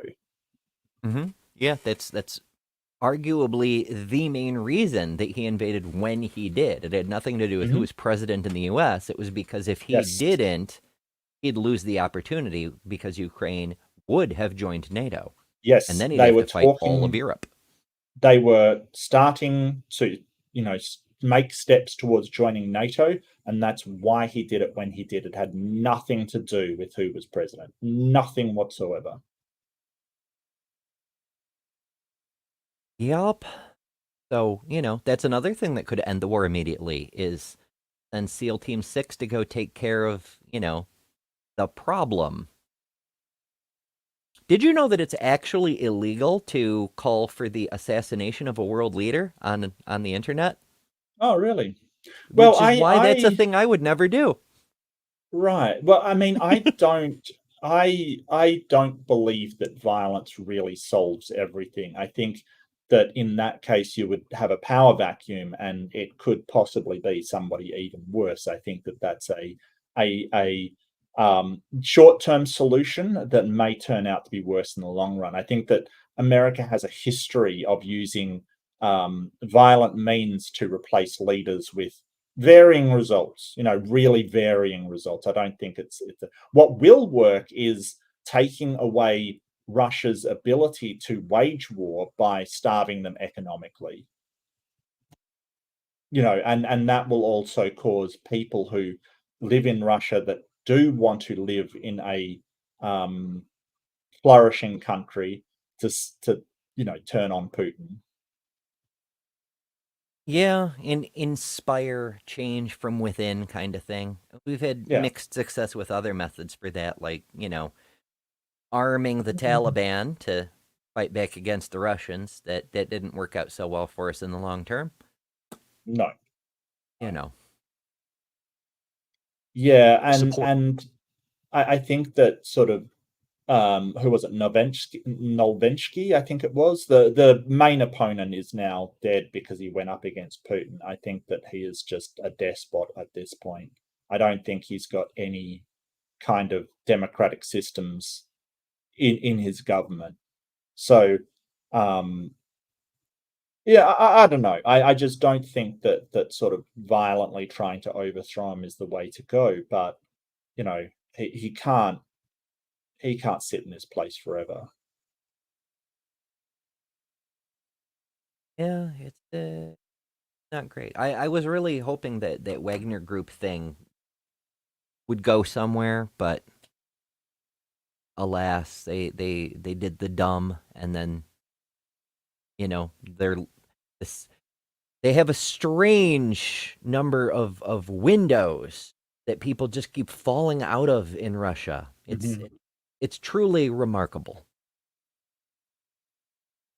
Support for Ukraine in this moment, but also as commander-in-chief, if elected, how would you deal with Vladimir Putin, and would it be any different from what we're seeing from President Biden?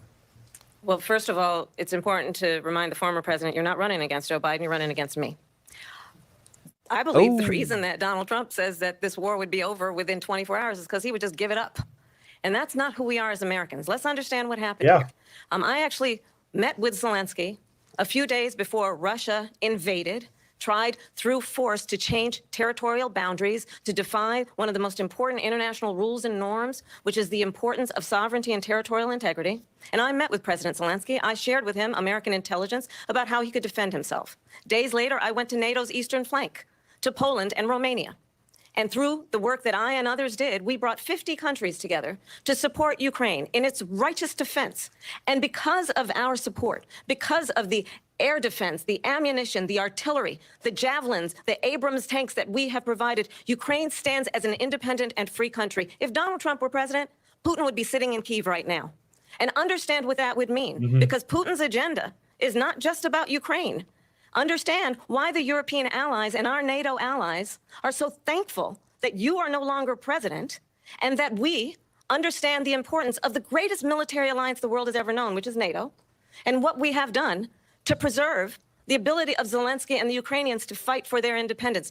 Otherwise, Putin would be sitting in Kyiv with his eyes on the rest of Europe, starting with Poland. And why don't you tell the 800,000 Polish Americans right here in Pennsylvania how quickly you would give up for the sake of favor and what you think is a friendship with what is known to be a dictator who would eat you for lunch. Vice President Harris, thank you. We've heard from both of you on Ukraine tonight. Afghanistan came up in the last hour. I wanted her to respond to something you said earlier, and I'll give you a minute here. Putin would be sitting in Moscow. Why give him a minute? No, this is bullshit. Why give him a minute? Like they asked her, she had her rebuttal. They're not giving her a minute afterwards, but they are for Trump. Why? Why? It's just the last word that he wants. It's so fucking unfair. It's so one-sided. It's ridiculous. But yeah, I absolutely do agree with her that Trump would just give up Kiev, let Putin storm through Ukraine. Totally agree with her. Totally.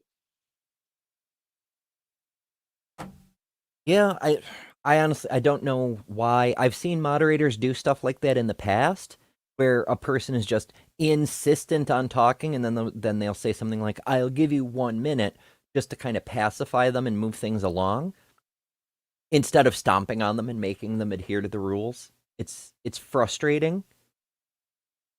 I kind of get it though. I don't think it's the right move, but I see Yeah. why it's a move. So I think I was talking, I'm not sure what's on with you. I might have been talking with Justin about why people in America hold the president in so high esteem.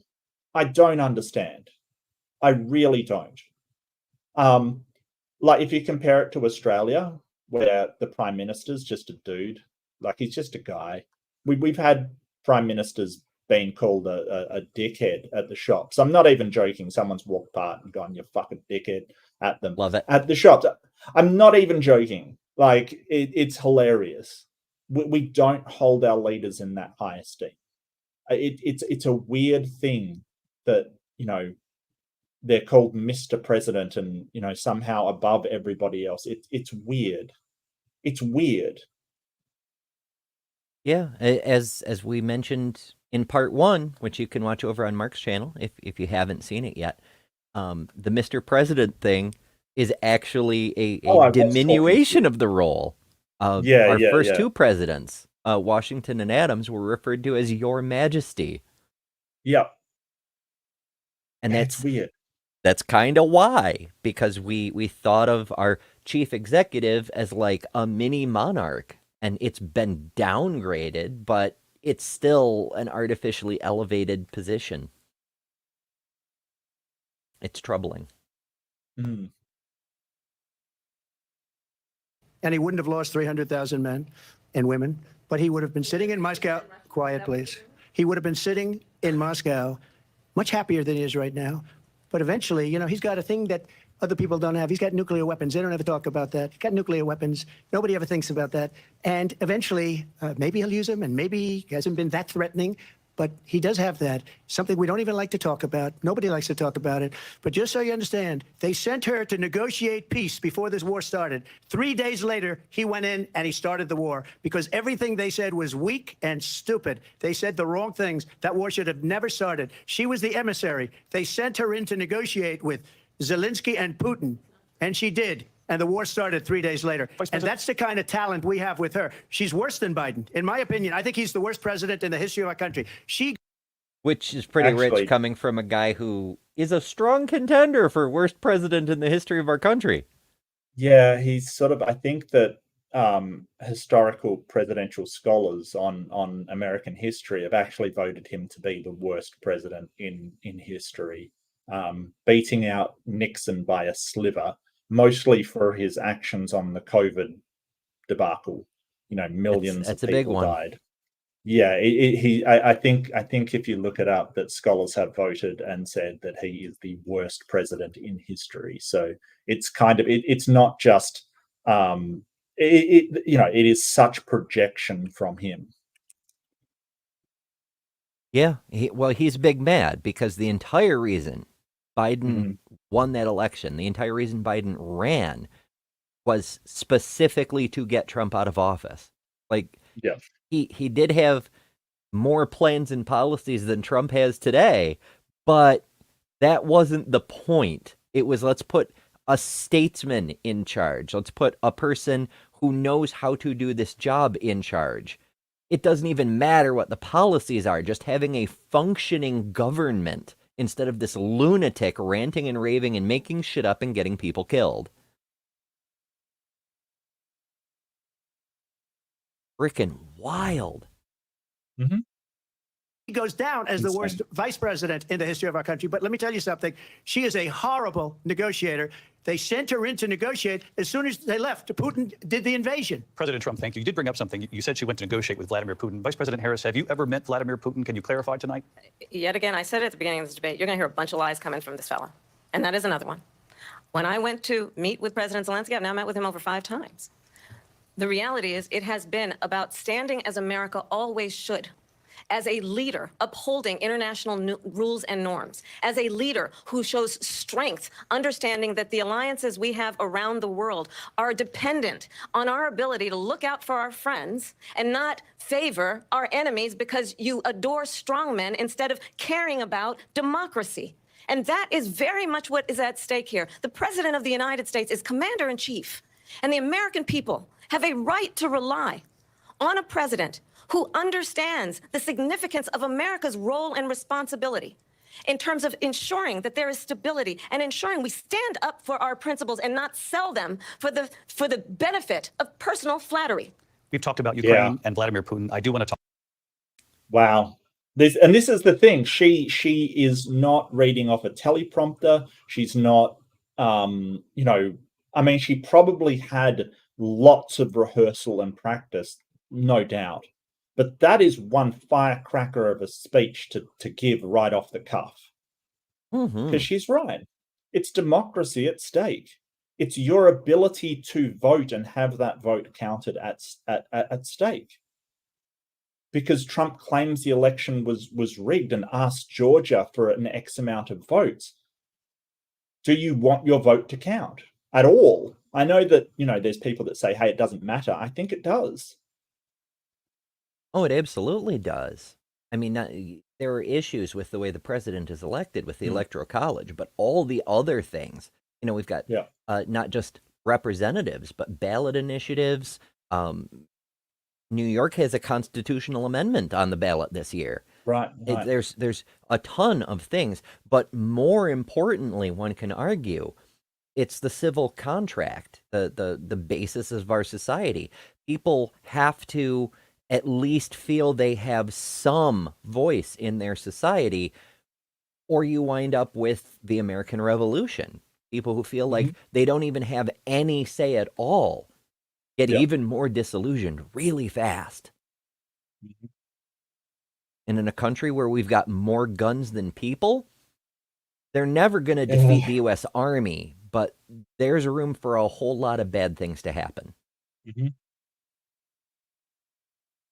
Talk about Afghanistan. It came up in the first hour of this debate. I want to move on to Afghanistan. Stoltenberg said Trump did the most amazing thing I've ever seen. They turned his mic back on again. Why? I don't get it. Like, they're trying to be fair and giving Harris the last word, and he just keeps on chiming in with, be fair. This is what drove me crazy about the first one. He always has to have the last word. He can't just say, okay, well, you can have the last word, to be fair. It's because he's not interested in fair. He's interested in himself. He's incapable of being the bigger man. No, except in actual size, yeah. Yeah. 230 pounds, my candy ass. He got these countries, the 28 countries at the time, to pay up. He said, I've never seen, he's the head of NATO. He said, I've never seen, for years, we were paying almost all of NATO. We were being ripped off by European nations, both on trade and on NATO. I got them to pay up by saying one of the statements you made before, if you don't pay, we're not going to protect you. Otherwise, we would have never gotten it. He said it was one of the most incredible jobs that he's ever seen. Nobody paid anything. I want to turn to Afghanistan. Nobody paid anything. They just increased the size of their military, that's all. Nobody paid anything. A pretty sussy claim. I'm envious of some of Mark's emojis because, we have great emojis here. We have wonderful member emojis that the members themselves voted on. So that's another good reason to be a member. Not just to have access to them, but to get to vote on them when new slots open up. But Mark has this cool emoji that's a little sus graphic, and I enjoy that very much. Well, I mean, yeah, maybe you can, if you want it, you can have it. I don't have any special claim on it. Sus is something that's very Australian. We say, oh, that's totally sus, mate. Totally sus. So it's in the culture here as well, especially since Among Us became a thing. It just, no, I don't want to steal your emojis. Yeah. I really enjoy that one. I mean, I do like the fact that the members get to vote on the emojis. Like, I was going to say, I do like your reverse. I really like that. Yeah, I really do. I think that's brilliant. Yeah, yeah. Some of them are pretty cool. I mean, okay, they're all pretty cool, but you know. It came up in the first hour of the debate, and we witnessed a poignant moment today on Capitol Hill, honoring the soldiers who died in the chaotic withdrawal from Afghanistan. I do want to ask the Vice President, do you believe you bear any responsibility in the way that withdrawal played out? Well, I will tell you, I agreed with President Biden's decision to pull out of Afghanistan. 4 presidents said they would, and Joe Biden did. And as a result, America's taxpayers are not paying the $300 million a day we were paying for that endless war. And as of today, there is not one member of the United States military who is in active duty in a combat zone in any war zone around the world, the first time this century. But let's understand how we got to where we are. Donald Trump, when he was president, negotiated one of the weakest deals you can imagine. He calls himself a deal maker. Even his national security advisor said it was a weak, terrible deal. And here's how it went down. He bypassed the Afghan government. He negotiated directly with a terrorist organization called the Taliban. The negotiation involved the Taliban getting 5,000 Taliban terrorists released. And get this, and the president at the time invited the Taliban to Camp David, a place of storied significance for us as Americans, a place where we honor the importance of American diplomacy, where we invite and receive respected world leaders. And this former president, as president, I love the way she had to like bite back what she was wanted to say and go, former president. Mother clucker, you know, like I swear she was going to say that. Like I swear. But yeah, it's a good point. That deal with the Taliban was probably the most atrocious deal ever made with any militant group anywhere around the world in history. Like, you basically went to a terrorist organization that's only interested in taking back their country. The government that you're supporting, elected by the people, you totally ignore them. You make a deal to release all their hostages on the promise that they won't be bad guys anymore. What could possibly go wrong? And they ignored him. They just had all their people beliefs and just kept fighting. Congratulations. Who would have thought that a militant, terrorist organization wouldn't keep their word? Who would have thunk it? That never happens. Mm-hmm.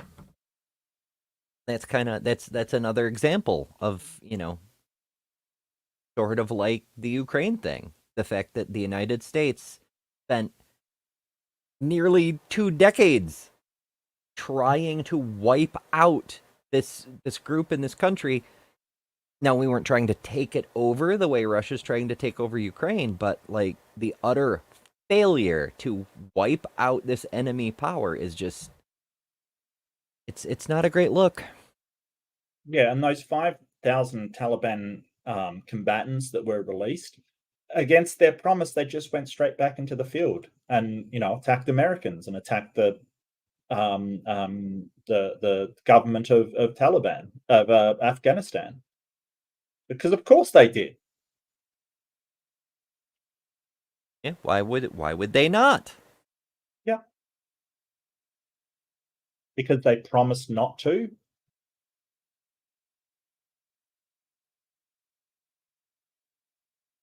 invited them to Camp David because he does not, again, appreciate the role and responsibility of the President of the United States to be commander-in-chief with a level of respect. And this gets back to the point of how he has consistently disparaged and demeaned members of our military, fallen soldiers, and the work that we must do to uphold the strength and the respect of the United States of America around the world. Vice President Harris, thank you. President Trump, your response to her saying that you began the negotiations with the Taliban. So, Just, oh, my goodness. I do enjoy how she presented that, though, with the whole get this, and then tells us about something that has been known. It was covered extensively by the news years ago. This. Well, the thing is, here's the thing. The pullout of Afghanistan was bungled. That is no doubt. It was a terrible withdrawal from Afghanistan. It was bungled. It really was. However, Trump said that he was going to pull people out during his presidency. He said that he would not fight these overseas wars anymore, which he just continued to do so. He didn't change anything. Now, the 5,000 people that he released were Taliban soldiers, and apparently it was a deal for a 3-month ceasefire. Now, the Taliban just said, oh, we're only aware of a ceasefire over the Eid al-Adha holiday, so just over the next couple of days kind of thing. Now, the Taliban had just taken significant border points, right? The Afghanistan government, the Afghanistan military were trying to take back. So that ceasefire allowed them to consolidate these positions because they couldn't be attacked. So they'd just gotten strategic positions. He makes this deal and they can consolidate them. It is the worst deal because not only did they get what they wanted, which was their men released, they also got what they wanted in exchange for what they wanted, which was a ceasefire so they could consolidate these positions. And once they'd consolidated them, they just said, oh, we thought it was just for this holiday, back to fighting. Yeah. Biden isn't blameless in this, obviously. At the time, the American military commanders, the Joint Chiefs, the Pentagon, we were already in the process of withdrawing. Trump had begun it. Trump had laid out the plan or lack thereof, and Biden simply went along with the plan as it was running because I think it was a concept of a plan. Right?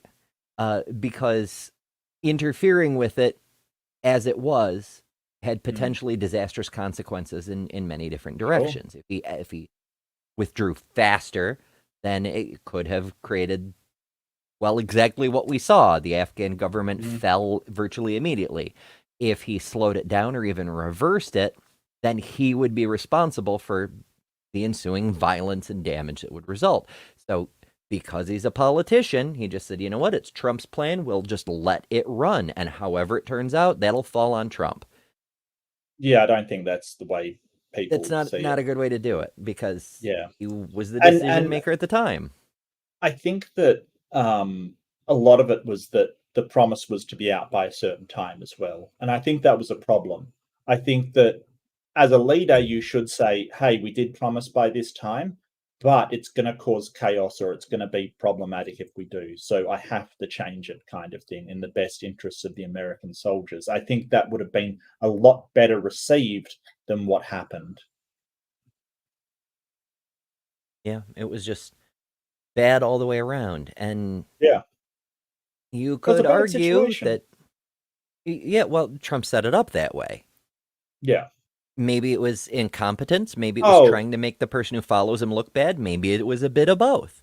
But I think the entire thing was a bad situation, to be honest with you. Well, yeah, that's true. That, the Afghan war in general. I mean, don't forget that Bin Laden, which they, were ostensibly there to capture or kill in Afghanistan, wasn't even in Afghanistan. He was in northern Pakistan, which, yes, is on the border, but he wasn't in Afghanistan. Yeah, he wasn't even there. It was so fail upon fail upon fail. The whole Iraq situation. No, don't get me started on Iraq. Yeah, that's. Anyway. If you take a look at that period of time, the Taliban was killing our soldiers, a lot of them, with snipers. And I got involved with the Taliban because the Taliban was doing the killing. That's the fighting force within Afghanistan. They don't. So that's what makes you want to get involved with somebody is whoever's doing the killing. Taliban snipers, because we heard a lot about IEDs and so forth. Okay, so apparently the Taliban hired mercenary groups during the insurgency, and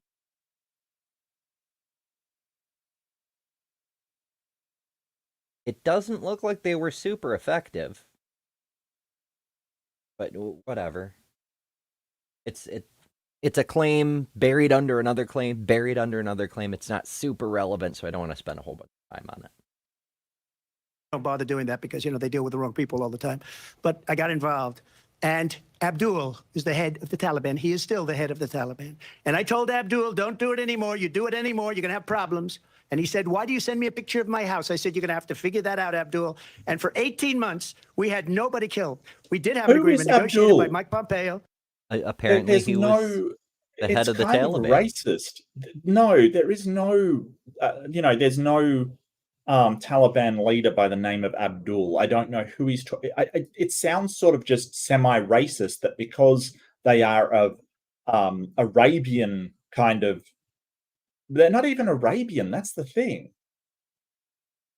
I don't. So apparently, the leader of the Taliban, who assumed the office of supreme leader in 2016, is named Hibatullah Akhundzada, which doesn't sound anything like what Trump was trying to say. No. Like and Abdul is an Arabian name, and Afghans are not Arabian. Very much not. They will get quite mad with you if you insinuate otherwise. I mean, they speak Farsi, for fuck's sake. Yeah. It was a very good agreement. There are Afghan Arabs, but it's like sort of, there are sort of, Chinese Americans kind of thing. It doesn't mean that, yeah. Yeah. It was good. We were getting out. We would have been out faster than them, but we wouldn't have lost the soldiers. We wouldn't have left many Americans behind, and we wouldn't have left $85 billion worth of brand new, beautiful military equipment behind. And just to finish, once again, that was Trump's plan. Now, Biden executing it, I would argue, is a stupid thing to do. But him saying, if I'd been there, yada, yada, that was his plan. What happened is exactly what would have happened if he'd been there. blew it.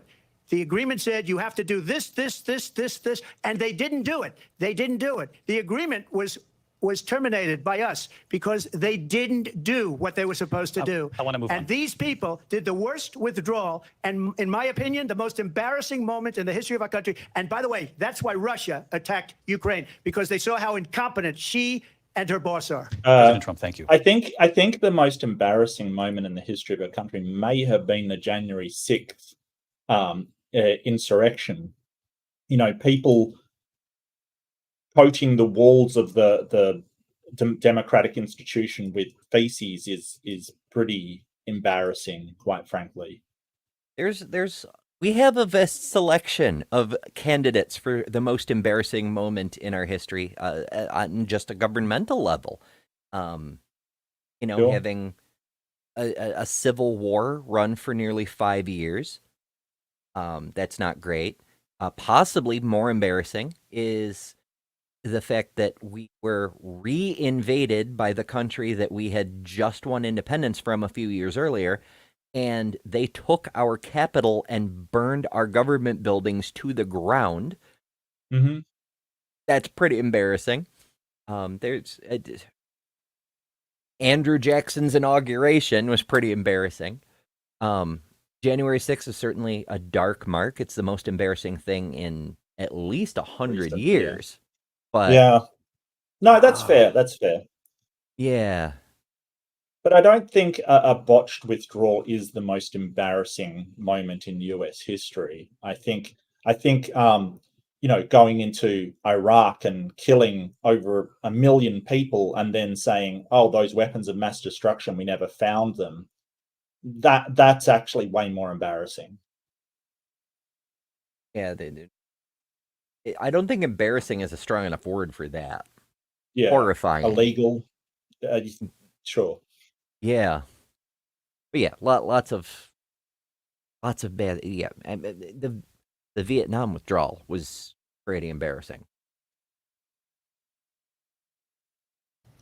I want to move on now to race and politics in this country. Mr. President, you recently said of Vice President Harris, quote, "I didn't know she was black until a number of years ago when she happened to turn black, and now she wants to be known as black." I want to ask a bigger picture question here tonight. Why do you believe it's appropriate to weigh in on the racial identity of your opponent? I don't, and I don't care. I don't care what she is. I don't care. You make a big deal out of something. I couldn't care less. Whatever she wants to be is okay with me. But those were your See, words. that's So I'm the asking- thing. I don't know. That's the thing. That's what Trump does. He weighs in on this stuff, says inflammatory and outrageous things like, "I didn't know she was black. A couple of years ago, she turned black," which is insulting. It's racist. It's ignorant and horrible. And then when they say, "Hey, that's horrible," you say, "What? Why are you making a big deal out of it?" I mean, holy crap, this kind of gaslighting is insane. It's like somebody brings up, you're basically saying, "Hey, you decided to be black a couple of years ago. How dare you? That's racist." I don't care. Why are you making a big deal out of it? It's so bad. Yeah. Like Fern says, I don't care so hard that I've brought it up again and again and keep talking about it. And let's not forget, this man, even before he became any kind of political candidate, this man is the origin of the birther lie. Well, He is the origin. a big popularizer. Well, yeah, I suppose he was the one that really got it started. I don't know if he thought of it, but he was the one that started the birther movement. I'll put it that way. And it should go without saying, but that's a conspiracy theory. One of many. So yeah, actual legitimate conspiracy theorist. But okay. I mean, all I can say is I read where she was not black, that she put out, and I'll say that. And then I read that she was black, and that's okay. Either one was okay with me. That's up to her. That's up to her. Vice President Harris, your thoughts on this? I think honestly, I think it's a tragedy that we have someone who wants to be president who has consistently, over the course of his career, attempted to use race to divide the American people. I do believe that the vast majority of us know that we have so much more in common than what separates us, and we don't want this kind of approach that is just constantly trying to divide us, and especially by race. And let's remember how Donald Trump started. He was he owned land, he owned buildings, and he was investigated because he refused to rent property to black families. Let's remember, this is the same individual who took out a full-page ad in the New York Times calling for the execution of 5 young black and Latino boys who were innocent, the Central Park 5. Took out a full-page ad calling for their execution. This is the same individual who spread birther lies about the first black president of the United States. Oh, there's the birther thing. That's fun. So what she was talking about first, because it was a while back, a lot of people may not have heard about this. In the 1970s, Donald Trump, landlord supreme, owns a bunch of property, as many rich fuckers do. DOJ sent test agents in, as they do with lots of landlords all over the place. They'd send a white person in to say, "Hey, I'd like to rent a thing. What do you have available?" And the white person would get presented with a credit application and all the paperwork and whatnot, and told, "Oh, we have, so many different things, yada, yada." And then a black person would come in and ask exactly the same question and be told, "Nothing's available. Sorry, sold out." And when confronted with this information, "Hey, we're federal agents and we're conducting these tests," every single time it came up in a Trump property, they said, "Listen, it's policy from the top. We can't do anything about that. We're just employees." So it was on Trump's orders that they specifically discriminate against black people. And he's been getting into trouble with DOJ for over 50 years now. Yeah, this was back in the 70s kind of thing, Paid a big fine and promised not to do it again. Well, no, he settled basically in litigation. Basically, he settled. So it can, the agreement that he came under, the settlement, he was no admission of wrongdoing, yet he agreed to implement anti-biased safeguards to make sure that people of color were not sort of prevented from getting an apartment. So a doorman actually testified that he basically was instructed by the higher echelons of the company to tell any black person that arrived that the rent was twice as much as it actually was, so they would be prevented from seeking an apartment. And that was recorded by the FBI, who was doing the investigation.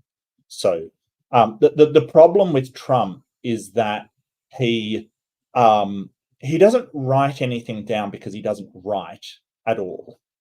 Very, very rarely does he actually write stuff down. He will tell people to do stuff and make sure that nothing's connected back to him. And that's part of the problem. He really has, and that's why all of the people that sort of have been second in charge to Trump, like Michael Cohen and Giuliani and all of these people, just end up falling down. They absolutely get indicted or prosecuted or sued, and it's because they're doing what he wants, but he will throw them under the bus at the first opportunity. They're just chaff, basically. They're stuff that you throw out to take the hits. Yeah, minions. Yeah. Posable. And so wild. Like, he does this with his attorneys. Been through so many attorneys. And yet people keep signing up to be his attorney. I don't Seen what well, happened to the previous several dozen. Well, in fairness, he's having real trouble finding attorneys. The best ones will not work for him. Not only because, attorneys that work for Trump generally, take really hard hits on his behalf, but also because he doesn't pay them. He didn't pay Giuliani for what he did. He just let him swing. Hey. Yeah. I mean, paying people, that's how you stop being rich. Allegedly. And I think the American people want better than that, want better than this, want someone who understands, as I do. I travel our country. We see in each other a friend. We see in each other a neighbor. We don't want a leader who is constantly trying to have Americans point their fingers at each other. I meet with people all the time who tell me, can we please just have discourse about how we're going to invest in the aspirations and the ambitions and the dreams of the American people?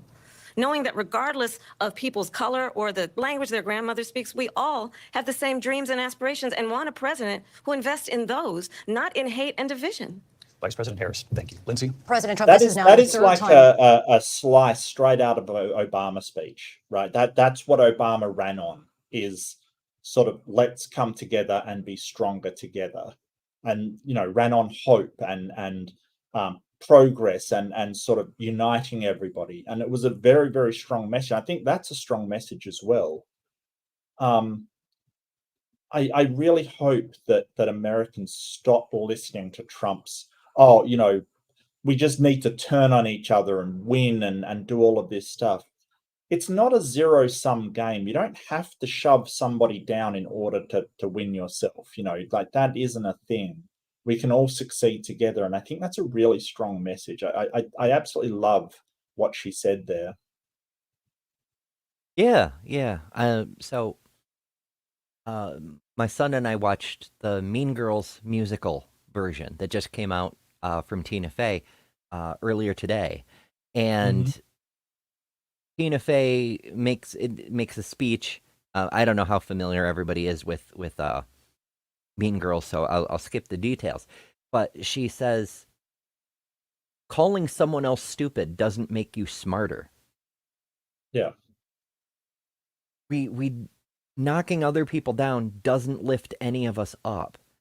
But Right. what does lift us up is helping each other. You know, there's that saying, a rising tide lifts all boats.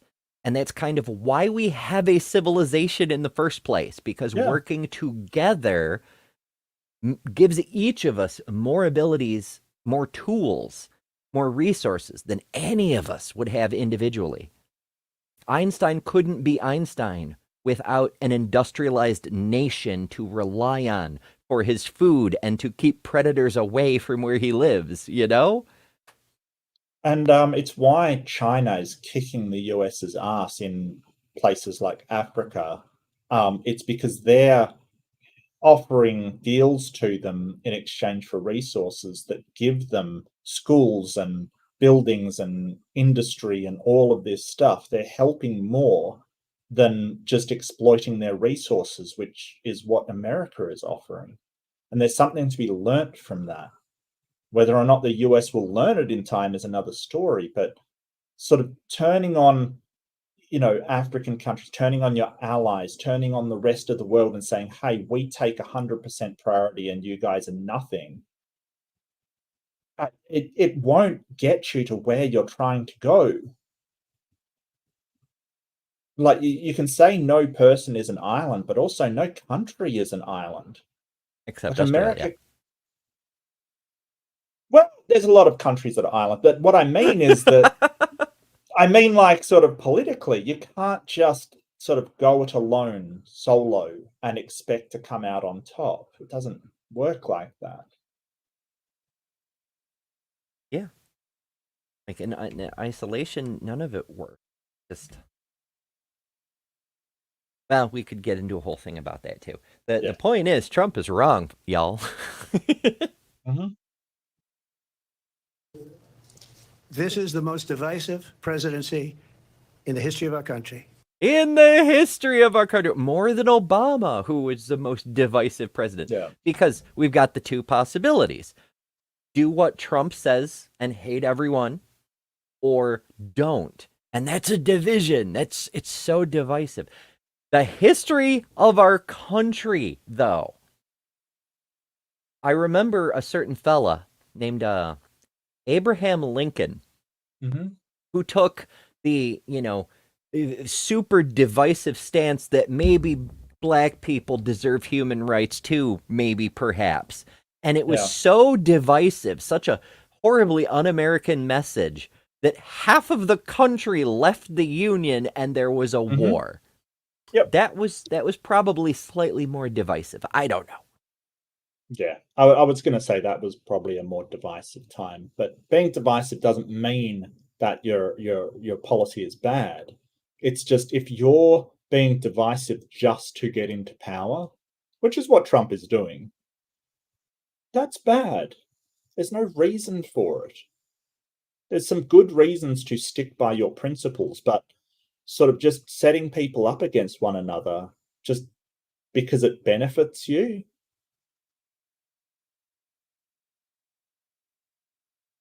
Yeah, I mean, that's one of the main reasons to be divisive is to distract people so you can seize personal power. People aren't watching what you're doing if their hands are at each other's throats. There's never been anything like it. They're destroying our country, and they come up with things like what you just said, going back many, many years, when a lot of people, including Mayor Bloomberg, agreed with So me just on the one Central second, I Park just 5. want to address something in chat. Raymond S, unless you're a mod, you can't post links. We don't just want anybody being able to post whatever link they want, because unfortunately, some people do post links that are inappropriate, let's just say, or they can post links that are, to some kind of tracker or some kind of, security breach. So no, you can't post links, so no one's got any idea what you're talking about. Yeah, I was actually just checking my email because I'm like, I don't know where this person thinks they sent links, but it sure wasn't to me. And that's a YouTube default, is like, unless there's special arrangements made, a random person just can't post links. Like if you do it in the regular comments section, you'll be able to see it, but nobody else will. Right. It's it's because The people more can you post know. links to just about anything. But, Raymond, do feel free to stick around and maybe get yourself informed on some things, because from the tenor of your comments, it seems like you've got some misinformation in your beliefs, maybe. It's hard to say, though, since we can't see your links. Mhm. They admitted, they said, they pled guilty. And I said, well, if they pled guilty, they badly hurt a person, killed a person ultimately. And if they pled guilty, then they pled, we're not guilty. But this is a person that has to stretch back years, 40, 50 years ago, because there's nothing now. I built one of the greatest economies in the history of the world. Oh, there is. It- We just talked about you saying that she turned black overnight. We just talked about that, and that was just when she became a candidate. So no, look, she has always been of mixed descent, black and Indian. I believe it's Indian. Is it Indian? Yes, actual Indian. Yeah, India. Like not Native American, but from India. That's what she's always been. Because she says, hey, I'm part Indian, doesn't mean she's saying the other part is white. You only think that because you're an idiot. Well, you know how things work on the right. Things only exist once I personally am aware of them. Right. You know, South Asian people didn't exist until Mhm. 1972 when Donald Trump took that class in high school, you know? So Harris has always been half black. But because you think that half black means the other half is white, it's ridiculous. It's so racist. And, he's just showing his race and then to say, oh, well, you have to go back 50 years ago. No, you said something racist just before. What the hell? If I it's mean, not happening right now, it never happened. we're talking about a guy who, while president, pissed off the entire nations in Africa by saying they're shithole countries. Mm-hmm. He did that.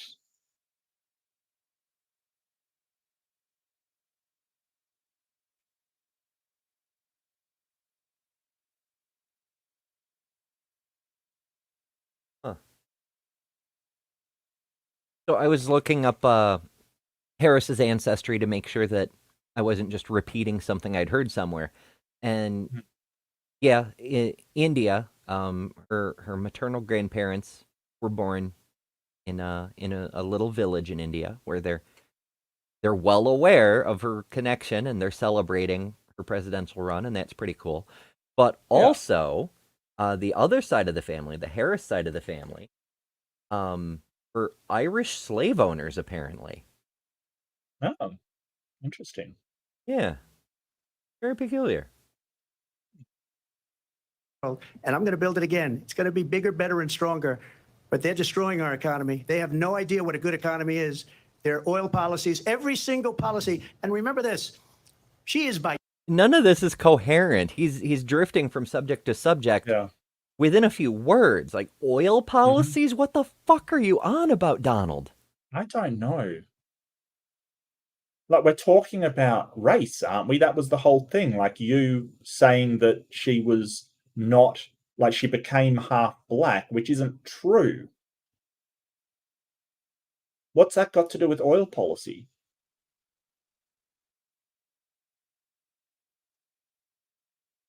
See, this is what I mean when I say coherency Yeah, as a disjointed. concept is Yeah. yeah, when things work together like a wave in an ocean. It goes up, it goes down, it goes up, it goes down. It's coherent. When you throw a rock in and it disrupts the wave pattern, you have rendered it incoherent because it's no longer following the pattern and working in the way it should. His brainwaves are incoherent in exactly that way. It's just a rain of pebbles. Yeah. Biden. She's trying to get away from Biden. I don't know the gentleman. She says, she is Biden. The worst inflation we've ever had, a horrible economy because inflation has made it so bad. She is Biden. And also, The oil policy makes it the worst economy we've ever, the worst economy ever. This man has a very short memory, or at least Forget the Great Depression, that. yeah. Little footnote in history, easy to miss. I understand. Yeah. She can't get away with that. Thank you. Your time's up. I want to respond to that, though. I want to just respond briefly. Clearly, I am not Joe Biden, and I am certainly not Donald Trump. And what I do offer is a new generation of leadership for our country, one who believes in what is possible, one who brings a sense of optimism about what we can do instead of always disparaging the American people. I believe in what we can do to strengthen our small businesses, which is why I have a plan. Let's talk about our plans and let's compare the plans. I have a plan to give startup businesses $50,000 tax deduction to pursue their ambitions, their innovation, their ideas, their hard work. I have a plan, $6,000 for young families for the first year of your child's life to help you in that most critical stage of your child's development. I have a plan that is about allowing people to be able to pursue what has been fleeting in terms of the American dream by offering a help with down payment of $25,000 down payment assistance for first-time home buyers. That's the kind of conversation, I believe, David, that people really want tonight, as opposed to a conversation that is constantly about belittling and name-calling. Let's turn the page Vice President and move Harris, forward. thank you. Let's turn to policy. President Let's turn Trump, back we to have policy. to move on. President Trump. Let's turn to policy. please. Don't turn To on his defund the police. microphone. She has a Why? plan to confidence. Yeah, they're just Pandering. Like, I don't know and who this was is in why that he- operations room. yeah. This is why he thinks his style of presidenting works, because he just throws a toddler shit fit and Yep. gets his way. Mm-hmm. It's fucking Because he's got wild. no shame about throwing a toddler shit fit. He's got no shame about it.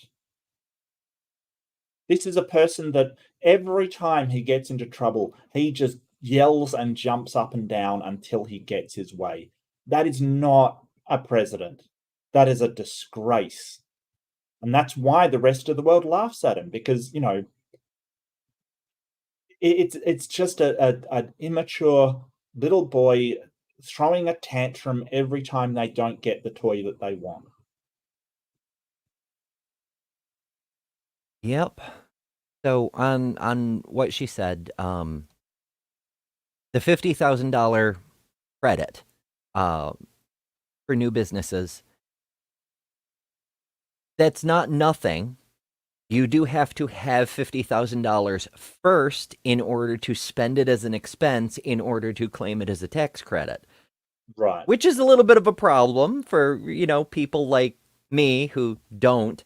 But on the plus side, it does represent, the current deduction is $5,000 for the Right. startup for an organization. So it represents a 10 times increase. And that should be pointed out. Confiscate everybody's gun. President Trump, she we has do a have to plan move to on to not other allow issues. fracking in Pennsylvania or anywhere else. Okay. That's what her President. plan is until just recently. I just need Lindsey, to go ahead. respond. President Trump, No, the President former Trump. president has No, said I'm something sorry. twice that I need to No, respond to. I'm sorry. We're I going just need to move on, respond Vice one President time Harris. to what he has President said Trump, this is multiple now times. your Yes. third time running for president. You have long vowed to repeal. Well, technically, no. He did run for president in 2012. He announced his candidacy on the Comedy Central roast of Donald J. Trump, and he did run. He dropped out fairly quickly because everyone laughed at him, but he did actually run. And replace the Affordable Care Act, also known as Obamacare. You have failed to accomplish that. You now say you're going to keep Obamacare, quote, unless we can do something much better. Last month, you said, quote, we're working on it. So tonight, 9 years after you first started running, do you have a plan, and can you tell us what it is? Obamacare was lousy health care. Always was. It's not very good today. And what I said, that if we come up with something, and we are. Wow. Obamacare did so much good for so many people, and the only problem was that he could not get it through in a better form for the American people. Yeah, I was mad about it because it didn't go far enough. We wanted single payer. We didn't get it. We wanted, non-discrimination mandation tacked into the requirements for insurance companies. We didn't get it. but it did get millions of Americans insurance. It did require hundreds and hundreds of employers to offer insurance to employees where they previously hadn't. Yes. It was a big gain, a huge gain. Yes. Working on things. We're going to do it, and we're going to replace it. But remember this.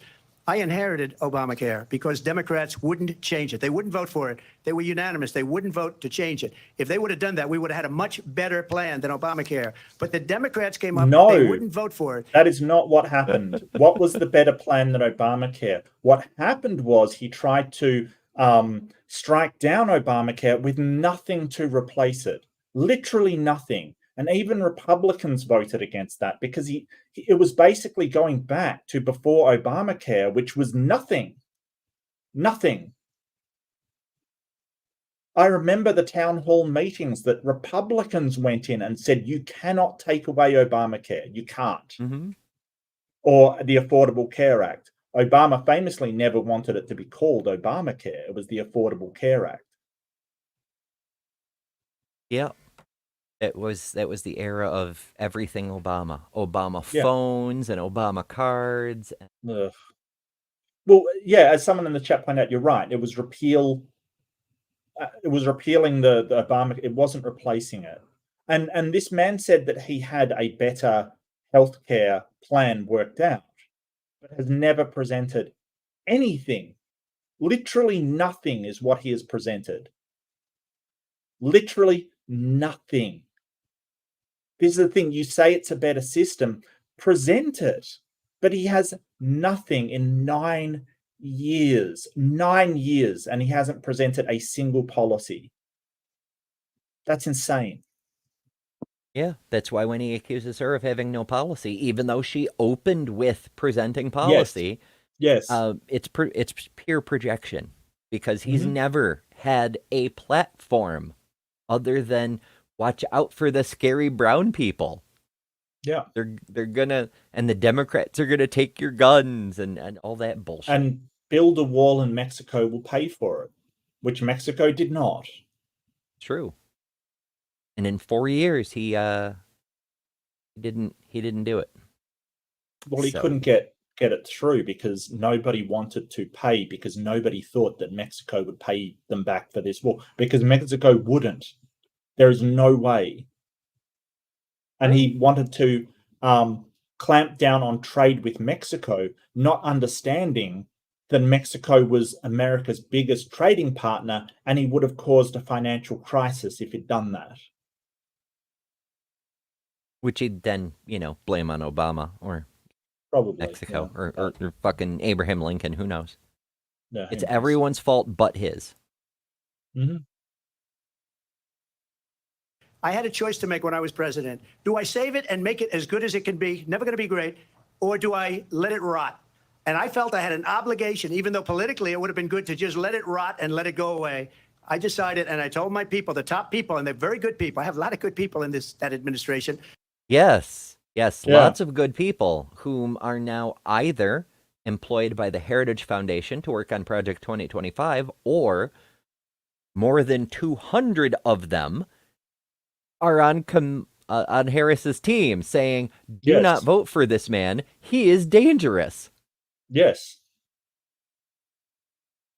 And he did not decide to let it rot. That's not what he did. He didn't decide anything. He wanted to repeal it and couldn't get it through, the legislative body, because he doesn't even understand how it works, that you've got to it's a diplomacy thing. Like the reason why Biden managed to get so much legislation through, is he understood you had to compromise with people and give them something they want in exchange for something you want. That's what statesmen do.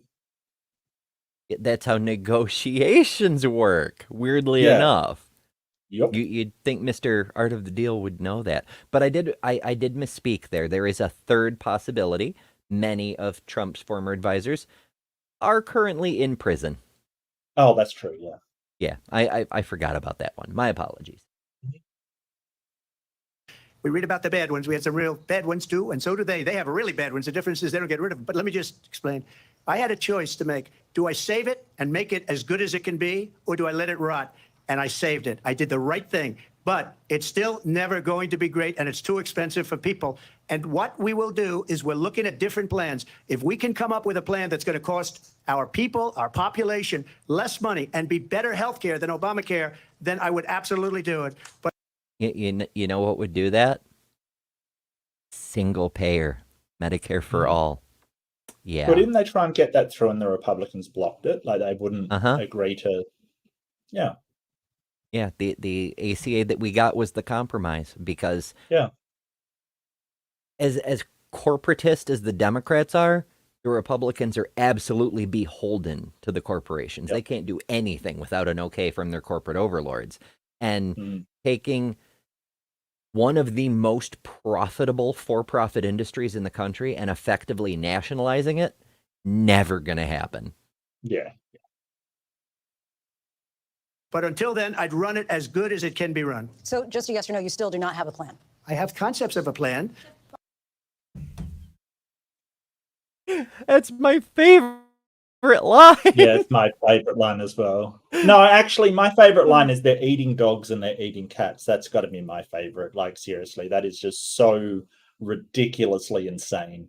But this is a close second. I have the concept of a plan. That's way up there. You could, like, this is something that you would have in a comedy movie to show how outrageously stupid a character is, right? Like Star-Lord in no, what was it? So I've got what? Yeah, wasn't it in Guardians of the Galaxy when Rocket Raccoon said, like, do you have a plan? I've got part of a plan. He's like, how much of a part? And it's like 12% or something, and it's just like, oh god, like seriously. You know, there's a lot of these media things which show, you know, someone says, I have a plan, and it's like, what's your plan? We go in and we do this. That's not a plan. That's barely an idea, you know, like, come on, like, that's not a plan. So I think that if Trump was better spoken, what he would say is the plan is in its conceptual stages, right? Because the concept of a plan, what that means is that the concept of a plan is sort of giving like a definition. It's saying, hey, a plan is a indicated actions in order to reach a goal, right? That would be the concept of a plan, right? That's the concept. Really, I think he means the plan is in the conceptual stages. So you're actually saying, okay, so what's the goal we want to reach? And then starting to work out sort of, you know, this is where we are, this is where we want to reach. We've got the concepts, then you work out the actions that we've got to take and then fill in the blanks from there. But after 9 years, you have a plan that's only in conceptual stages. You know what, I'm going to say it. That is the biggest embarrassment in American politics. That's ridiculous. In American history. In American history. Let's talk like Trump for a second. That is the most embarrassing political statement in all of history. There you go. And it actually really is in certain respects, because he could have just said no. But no, he had to answer it like a fucking 4-year-old and be like, well, the dog ate my homework, though. You know, it's I have a concept of a plan. I've been doing something. It's literally the worst answer. He could have lied. He could have just straight up said no, but no, he has to dance around it like a child saying, well, I didn't take the cookie out of the cookie jar. I took the cookie out of the space inside the cookie jar, you know? Well, it's because even though he's not that smart, he kind of has this cunning that allows him to project a little bit into the future. So if he says, yes, I have a plan, the next question is going to be, what's your plan? And he knows this, right? He knows he can't back himself up on that.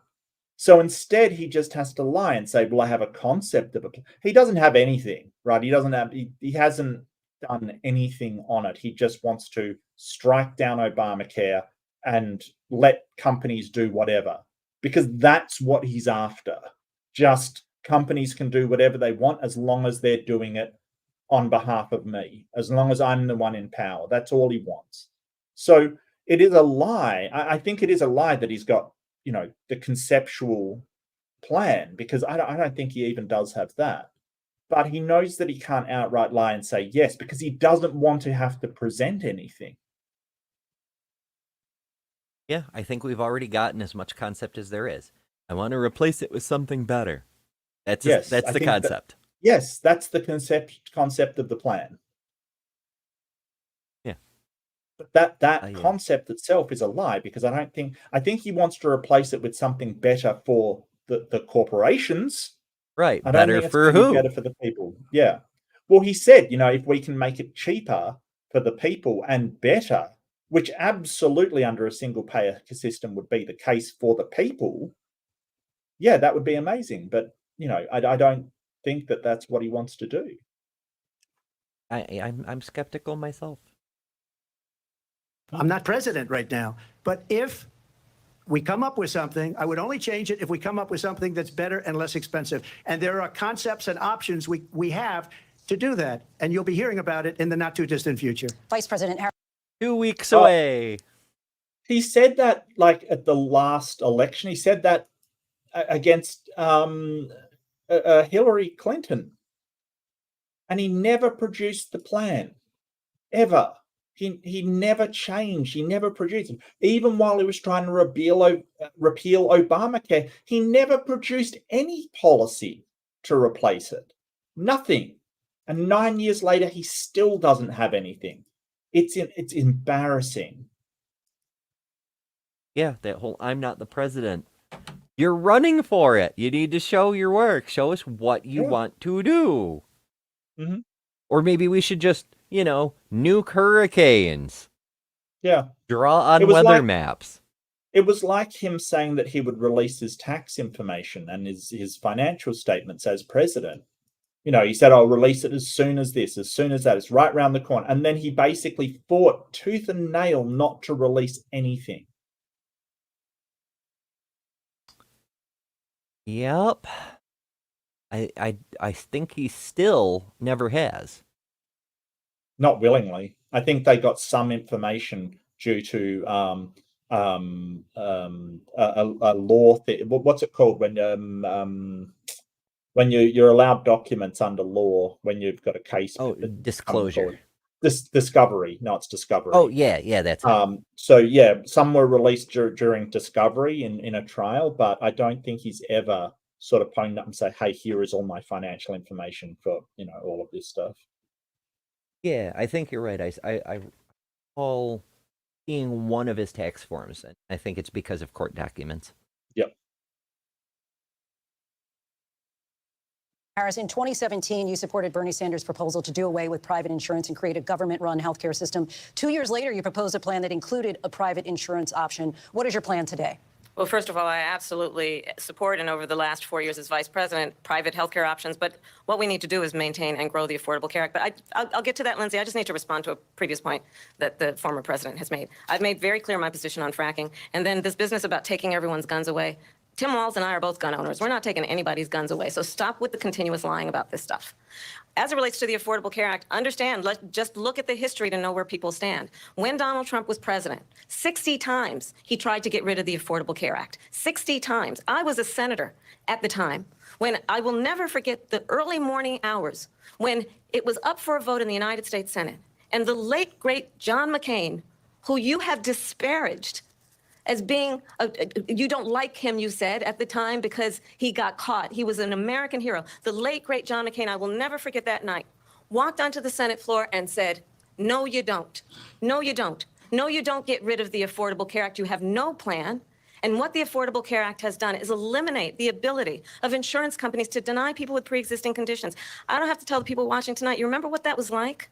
Remember when an insurance company could deny if a child had asthma, if someone was a breast cancer survivor, if a grandparent had diabetes? And thankfully, as I've been vice president, and we over the last 4 years have strengthened the Affordable Care Act, we have allowed for the first time Medicare to negotiate drug prices on behalf of you, the American people. Donald Trump said he was going to allow Medicare to negotiate drug prices. He never did. We did. And now we have capped the cost of insulin at $35 a month. Since I've been vice president, we have capped the cost of prescription medication for seniors at $2,000 a year. And when I am president, we will do that for all people, understanding that the value I bring to this is that access to health care should be a right and not just a privilege of those who can afford it. And the plan has to be to strengthen the Affordable Care Act, not get rid of it, Vice pass his President prologue Harris, in thank terms you. of where Donald Trump stands on that. I want to move to an issue that's important for a She lot made a of mistake. Number one, John McCain Why fought did they Obamacare turn for his mic on? Right. He's got to have the last word. It's like, he's a compulsive child. He has to have the last word. He has to belittle and insult people. He has to, his lying is compulsive. He has no self-control or restraint in the slightest. And that's dangerous for a president. And we saw that. We saw the borders separate children with no consideration of how they would reunite families. We saw them ban Muslims from entering the country without any consideration. Like, the lack of restraint is what really takes me aback. It really makes me worried, because he just does whatever he wants, with the only consequence being the consequences to him. He wants to go across the road for a church, so he tear gasses all these protesters peacefully protesting. Just a lack of restraint.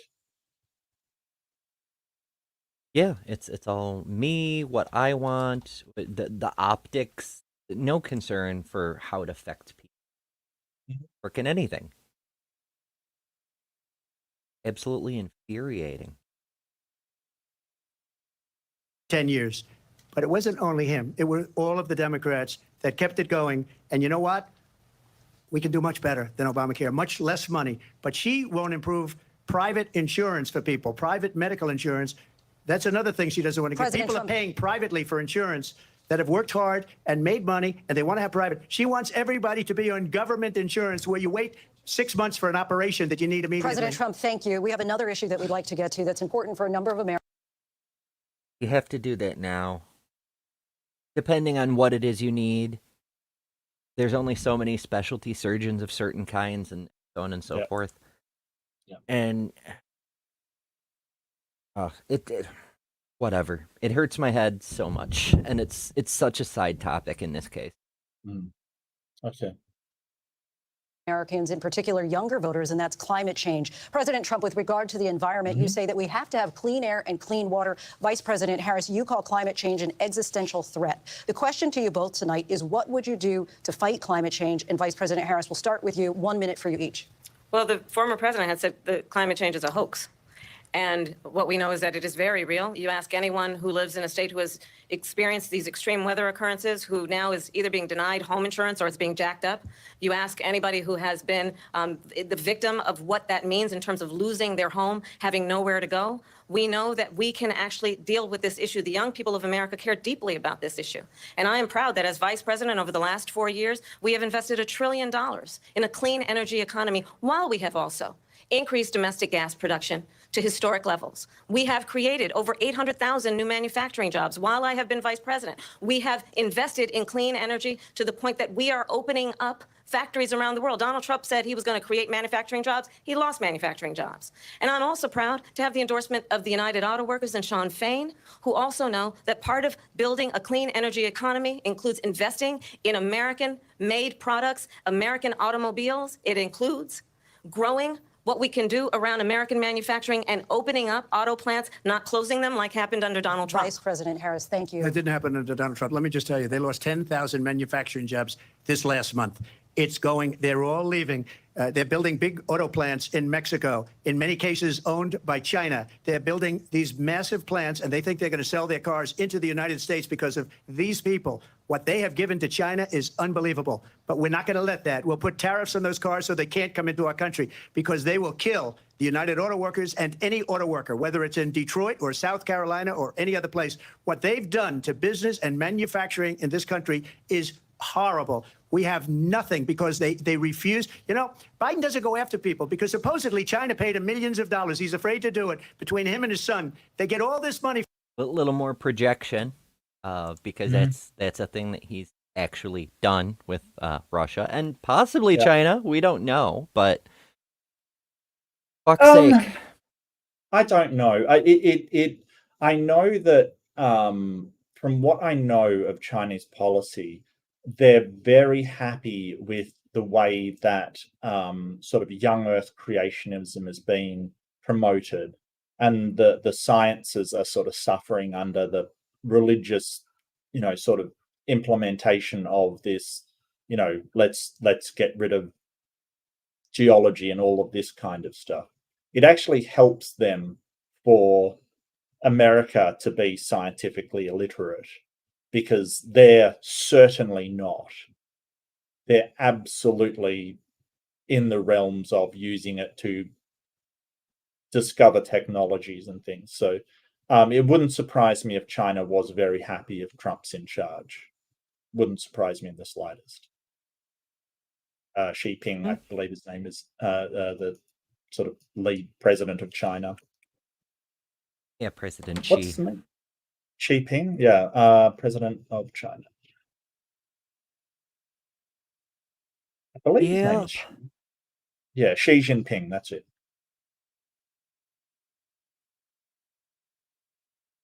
From Ukraine. They get all this money from all of these different countries, and then you wonder, why is he so loyal to this one, that one, Ukraine, China?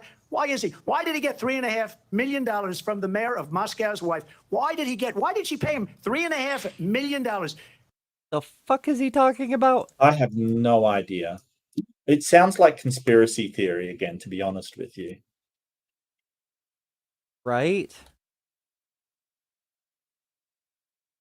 Like, yay. Okay. Republican Archer's about Biden. Hunter did not get money from the Moscow mayor's wife. Yeah. From house.gov.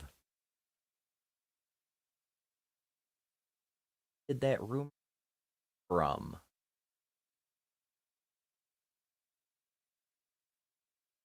That's just so fucking wild. It's crazy.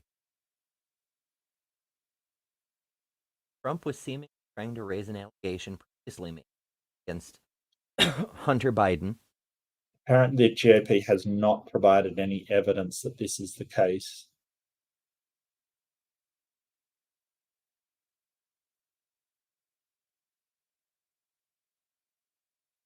Okay, a Senate Republicans sent a report, a partisan report, that Lena Baturina, a Russian businesswoman and the wife of late Moscow Mayor Yuri Luzov, sent $3.5 million in 2014 to a firm called Rosemont Seneca Thornton, and that the payment was identified as a consultancy agreement. The report did not provide any further details about the transaction.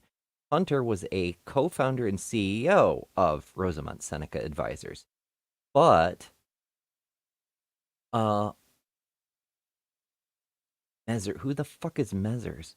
Oh, Hunter Biden's lawyer is George Mezzers. Okay, yeah. So Hunter's lawyer said he did not co-found Rosemont Seneca Thornton, and it's not clear if there is any connection between Rosemont Seneca Advisors and Rosemont Seneca Thornton. So it seems to be a conspiracy theory thing where they're conflating similar names of two different organizations in order to try to paint a picture. And neither the Senate Republicans nor Trump have provided any evidence that the payment in question existed, if it did exist, that it was corrupt, or if it were corrupt, that Hunter Biden was in any way involved. So, oops.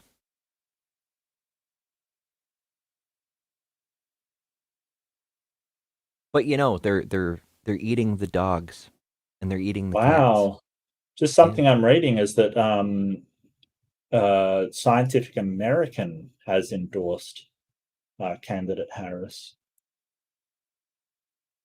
The US faces two futures. In one, the new president offers the country better prospects, relying on science, solid evidence, and the willingness to learn from experience. The endorsement begins. In the other future, the new president endangers public health and safety and rejects evidence, preferring instead nonsensical conspiracy fantasies. Yeah, accurate. Accurate. Yeah, yep. Kinda nailed it. This is a crooked administration, and they're selling our country down the tubes. President Projection.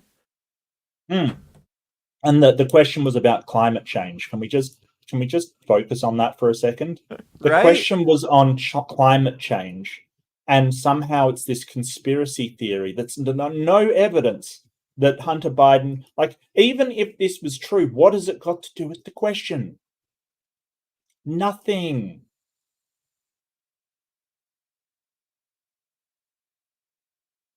Everything but the point, I suppose. Trump, thank you. Thank you. So I think you've heard tonight two very different visions for our country. One that is focused on the future, and the other that is focused on the past, and an attempt to take us backward. But we're not going back. And I do believe that the American people know we all have She said the thing. so much more in common than what separates us. And we can chart a new way forward. And a vision of that includes having a plan, understanding the aspirations, the dreams, the hopes, the ambition of the American people, which is why I intend to create an opportunity economy, investing in small businesses, in new families, in what we can do around protecting seniors, what we can do that is about giving hardworking folks a break and bringing down the cost of living. I believe in what we can do together that is about sustaining America's standing in the world and ensuring that we have the respect that we so rightly deserve, including respecting our military and ensuring we have the most lethal fighting force in the world. I will be a president that will protect our fundamental rights and freedoms, including the right of a woman to make decisions about her own body and not have her government tell her what to do. I'll tell you, I started my career as a prosecutor. I was a DA, I was an attorney general, a United States senator, and now vice president. I've only had one client, the people. And I'll tell you, as a prosecutor, I never asked a victim or a witness, are you a Republican or a Democrat? The only thing I ever asked them, are you okay? And that's the kind of president we need right now. Someone who cares about you and is not putting themselves first. I intend to be a president for all Americans and focus on what we can do over the next 10 and 20 years to build back up our country by investing right now in you, the American people. Vice President Harris, thank you. President Trump? That's really good. Yeah, That was it really was good. solid. It wasn't It- over the top like Obama did sometimes. It was very grounded, very heartfelt, and very, very much correct. Like that is what we need. Is I don't know if And she'll we- live we- up to it. She is a politician, but like, yeah. But at least she's talking about working towards something, like not just they're this, they're that, they're the other, but working towards an actual plan to get back on track and sort of, provide a better future for everybody. And it helps that she's talking about working. She isn't just a president that will sit on her ass or play golf all of the time. Like, let's not forget that. Yeah. And I just feel like, America is a country that has so much influence on the world. Like, there is so much knock-on effect from either having a steady hand on the rudder or someone that just, kicks at the rudder occasionally and the boat goes out of control. And I'm never going to forget the sheer chaos that happened last time Trump got in as president.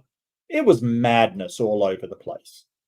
You can only watch helplessly from the sidelines as he basically goes on these insane decisions that, have people all over the world going, what the hell? Like, from his bans to start off with, to his tariffs, to his COVID response, it was sheer chaos all the way through. Yeah, it was crazy. I mean, fucking Nazis marching in the streets. Charlottesville, yeah. Yeah.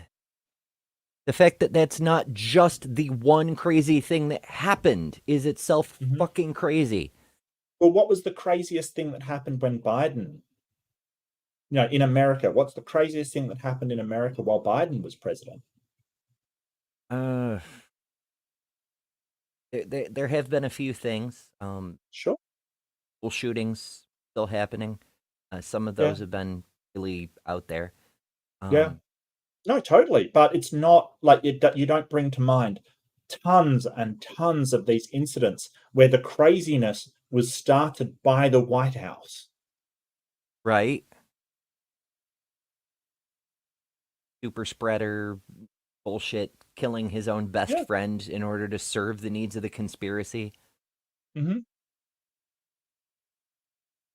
No open rebellions. No need to not even dog whistle, but directly address the frickin' random militias by telling them to stand by. And let me point out that while Biden was president, you had presidential communications again. Remember under Trump, he started to do press releases and things, and then the person doing his press releases literally broke down and couldn't do them anymore. So he had 2 or 3 other people start and then he just stopped. He just stopped giving press releases on the podium. You had to go to Twitter to find out what the hell he was talking about.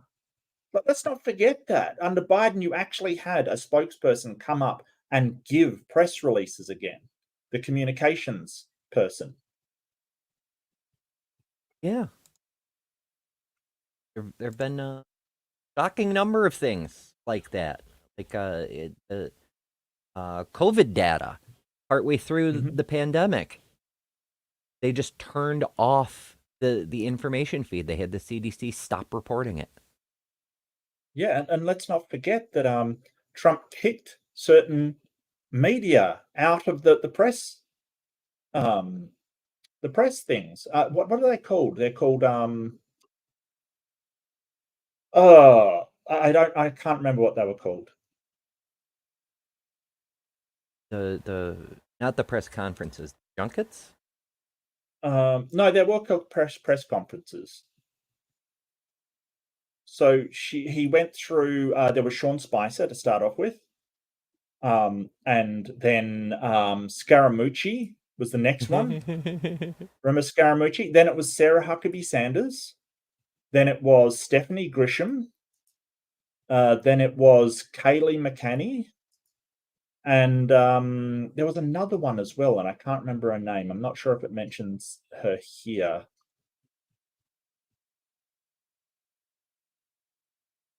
Oh, yeah. He did go through quite a few, yeah. Oh, yeah.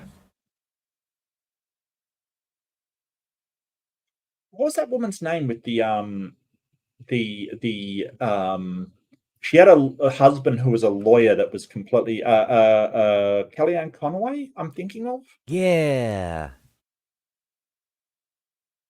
So when I say there was like, multiple and this is and then he just stopped. Like it really just did stop. And I think that he never gave speeches kind of thing to the press conference. It was just a absolute mess, just chaos. Kellyanne wasn't a press secretary. Okay, well, she definitely did press conferences, though. I'm absolutely sure of it. But you could be right. You could be absolutely right, Maya. You could be right.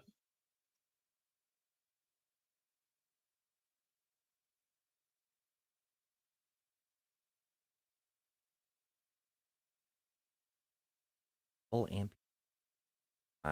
my. Yeah, there were so fucking many. Mm-hmm. So she just started by saying she's going to do this, she's going to do that, she's going to do all these wonderful things. Why hasn't she done it? She's been there for 3.5 years. They've had 3.5 years to fix the border. They've had 3.5 years to create jobs, and all the things we talked about. Why hasn't she done it? She should leave right now, go down to that beautiful White House, go to the Capitol, get everyone together and do the things you want to do, but you haven't done it, and you won't do it because you believe in things that the American people don't believe in. You believe in things like, we're not going to frack, we're not going to take fossil fuel, we're not going to do things that are going. She did just say that Yeah. she intends to frack, which is not a thing that No. I like. You know, I'm not. Mhm. It's one of the. Yeah. Yeah, not good. Not a fan. But he's still just lying because she just said that. I don't. No, To make this country strong, whether you like it or not. Germany tried that, and within 1 year, they were back to building normal energy plants. We're not ready for it. We can't sacrifice our country for the sake of bad vision. But I just ask one simple question. Why didn't she do it? We're a failing nation. We're a nation that's in serious decline. We're being laughed at all over the world. All over the world, they laugh. I know the We were being laughed at when our president was the laughing stock of the fucking universe, yeah. but not so much these days. There's only one president that got laughed out of the UN and in history, and that was Donald Trump. Yup. So there's so much. Like our creditworthiness rating as a country got downgraded. Like oh my Yep. goodness. Like the list of embarrassing bullshit is just, it's as long as the list of Trump's lies. Now I'm probably Yep. exaggerating, but not by much. It's how this fucker managed to run again. Like, I know he just declared he was going to do it, but how he managed to get to be the nominee again, I just, even considering that the current Republican Party is overrun by the white Christian nationalist crowd, even with that in mind, how the fuck? Like, I understand these people have no self-respect. They just want power at any cost. But how the fuck? He is, you know, you really look at what he's saying and the things that he's saying, and he's appealing to them on an emotional level, like appealing to the beautiful White House and the sort of patriotism and nationalism and these feelings that the country is going downhill and it's failing and all of this stuff. And he's got Fox behind him parroting what he's saying to make people feel this way. You know, I really, I don't know. I don't know how you can sort of not look at this and go, well, he's saying this stuff, but he doesn't actually have anything behind him. It's just a matter of, well, I love my country and he loves my country, so he's going to do the best for it.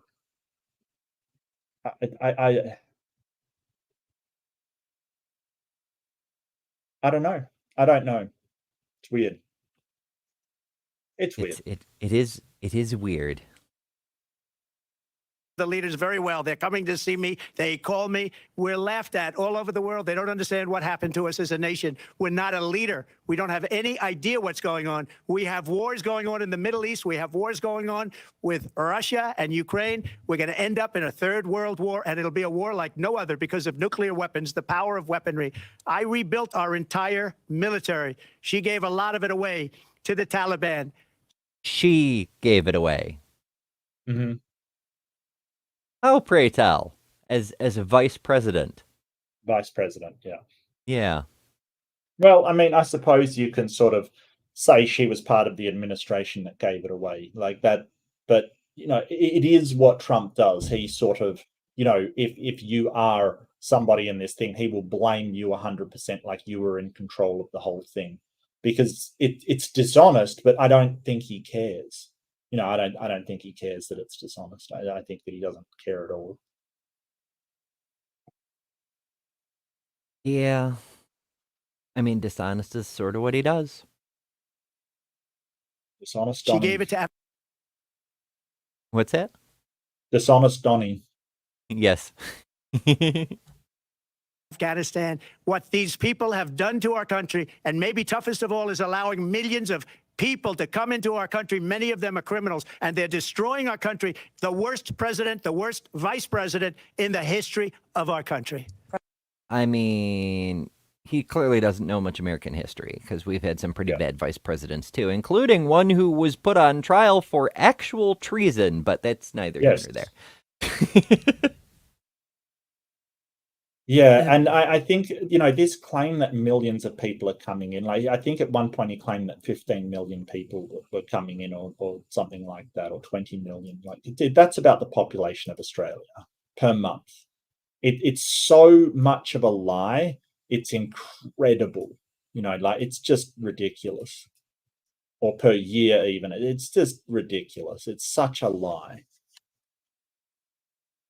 Yeah, it's totally infeasible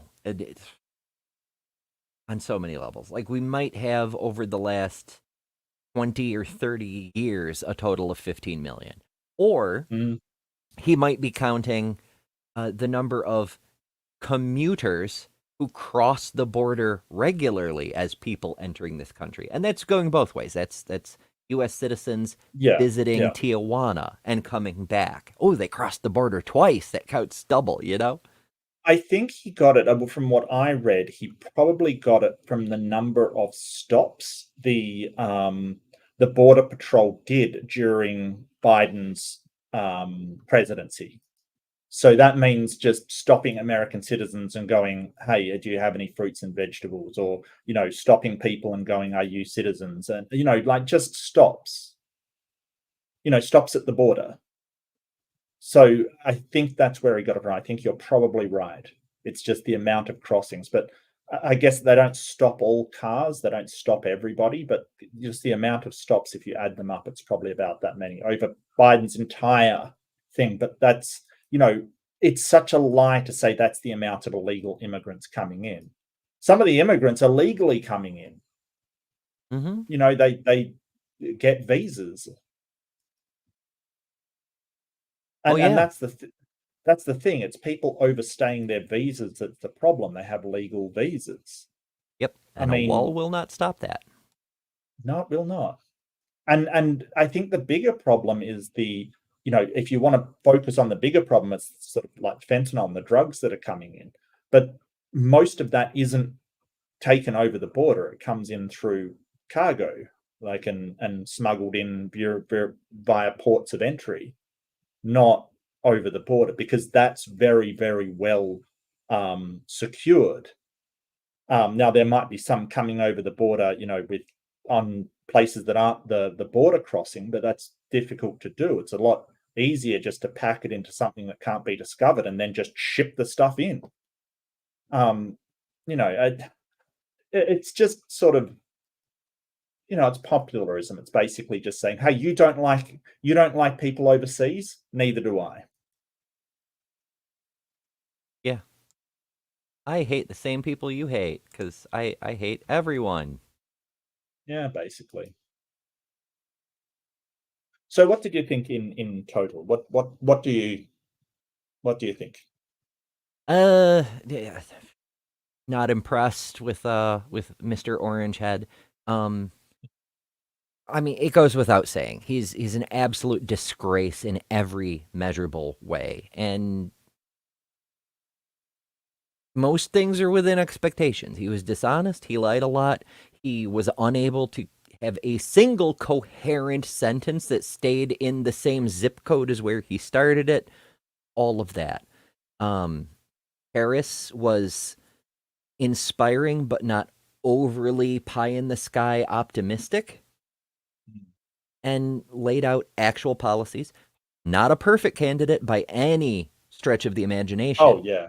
But a real possibility, a person that could run this country and do a good job. She seems way more stable to me.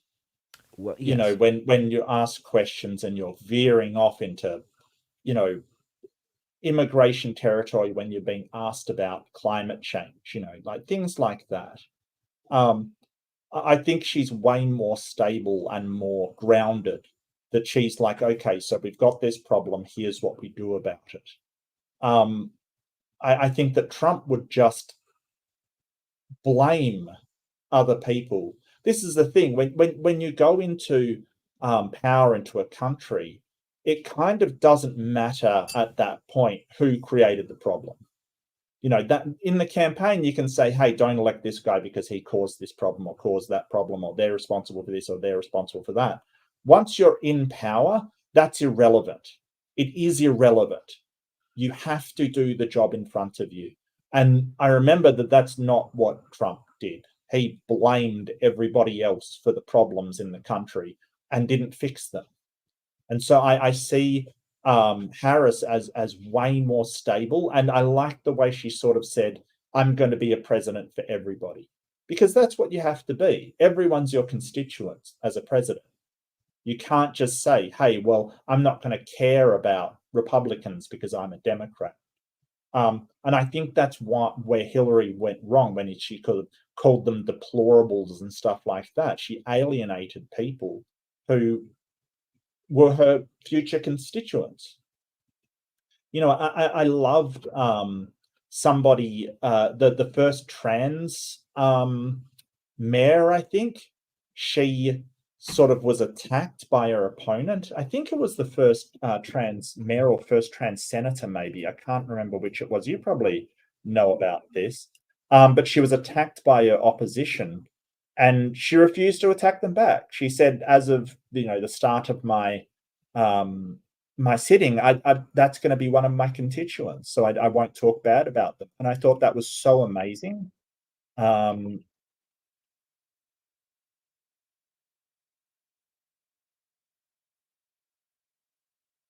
see if I can find it. Yeah, I need more data, because like there's a lot of places with mayors. Yeah.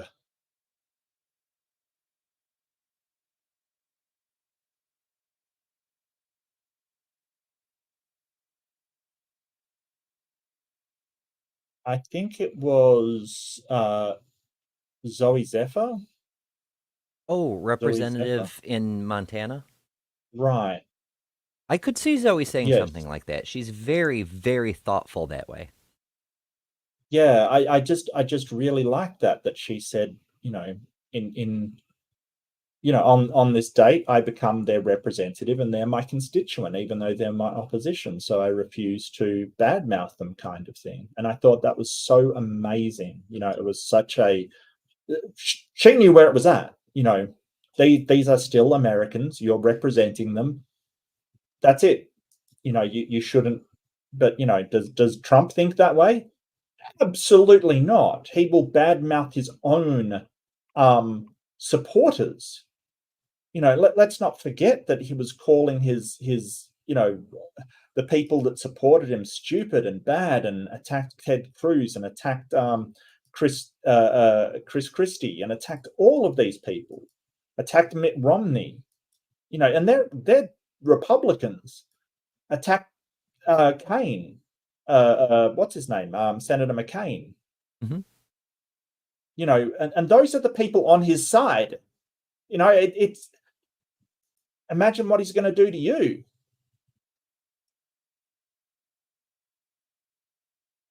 Yeah. Blame Anyway. everyone, throw him in jail. I mean, his own minions, he'll pardon some of them, but like even people who don't do wrong by him, like his attorney, under the bus you go. Mm-hmm. Absolutely crazy, crazy stuff. So yeah, it's as Harris said, it's a pretty stark contrast between the two possibilities, and it sucks that we only have two options. But as things stand right now, I think she framed it quite well. We have one administration full of competent professionals, who know history, who know science, who know how to get shit done. And we've got a corrupt, narcissistic asshole who just wants power and to throw tantrums. Mm. So yeah, I think that's pretty much going to do it for this time. Yeah, thanks everybody for joining. Mark, I hear a rumor that you've got a debate tomorrow. I do, yes. It's an early debate, so it's 6 p.m. Eastern time, which is 6 a.m. my time. And it's going to be on Skeptic Spin. It is the first debate on Skeptic Spin, which is fantastic, absolutely fantastic. And I am in the works. I did see an email come in, so I might be back pairing up with Leo at some point, which might be fantastic as well. So it's great. I love it. So I'm really looking forward to that. I did see somebody said they were native atheists, I think, said they were really looking forward to it. It's specifically about the existence of a Christian God, which is really good because we never get specifics in these debates. So I'm really happy to be able to investigate, a specific religious claim, which is fantastic. Hell yeah. That's good shit. Yeah. And it's really nice to see Justin doing more with Skeptic Spin. We love to see it. Well, he's a great moderator. I'd happily use him on my channel if I had debate over there. But this is going to be the first time I'm going to stream it live to my channel as well. So it's the first time I've ever streamed a debate live and had chat on while I'm debating. So that's going to be interesting and possibly quite fun and possibly detrimental. Who knows? I'll see how I handle it. Usually I ignore chat completely when I debate. I don't. I'm so focused on what I'm doing that I just don't want to even see chat. But hell, let's do it. Let's do the debate with the chat and see what happens. Should be fun. Should be a lot of fun. Whatever happens, I might break down and absolutely do terribly, but see what happens. Yeah, for science. For science, yeah, absolutely. Yeah, that'd be a good time. Mm-hmm. Yeah, and I'm sorry, I'm getting tired. That's okay.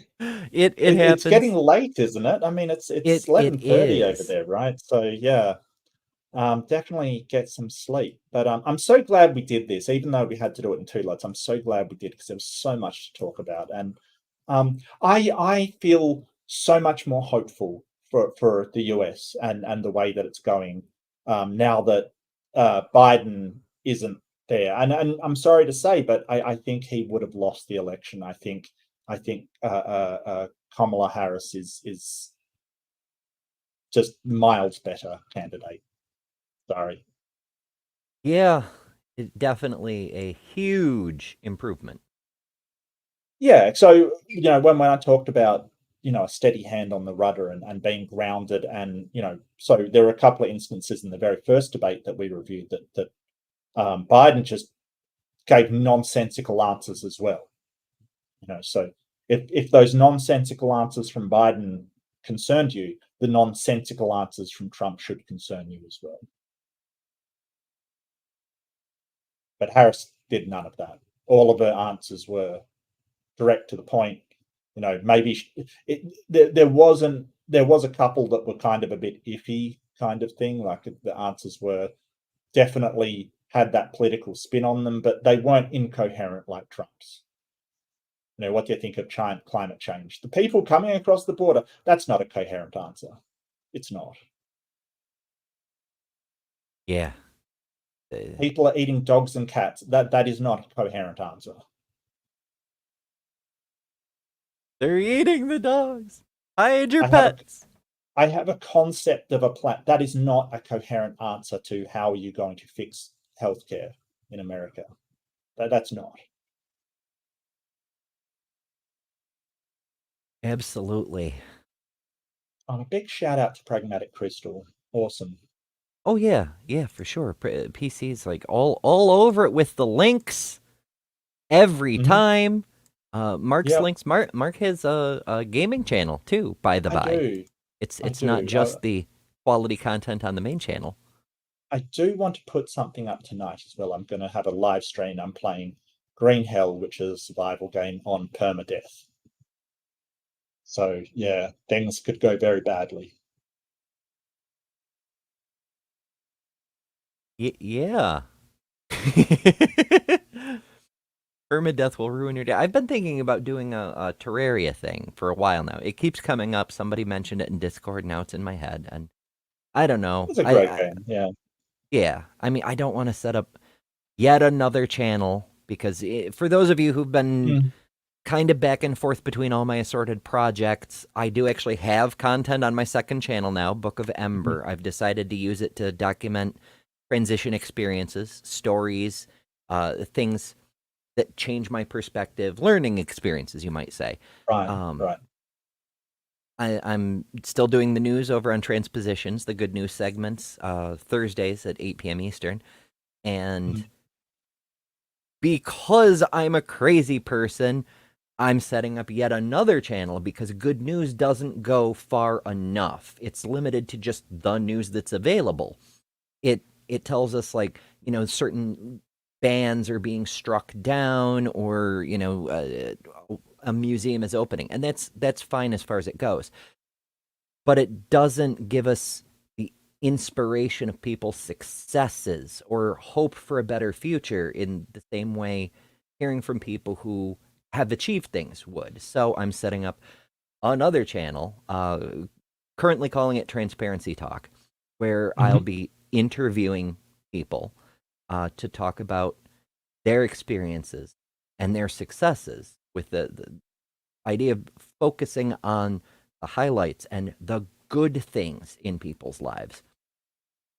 And I'm hopeful for it. Well, I think talking about how others have overcome adversity and overcome, you know, those really difficult times in their lives, it kind of helps other people. Even just to know that people have been through it and gotten to the other side, kind of thing, or, you know, are fighting it with you, or, you know, going through the same thing you are. There is that power of community, that you're not in this alone. That's just helpful sometimes. Exactly. You know, yeah, I really believe that, very sincerely.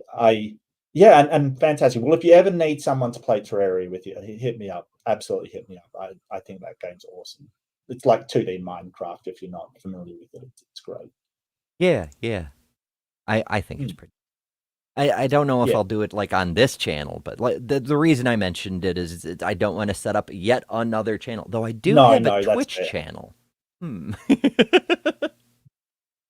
I I don't know. don't We'll have see. a Twitch channel. I don't have a Twitch channel. Well, I do have a Twitch ID and everything. I just haven't set up a channel. I'm not sure if I will. I don't know. Maybe I will. I don't know.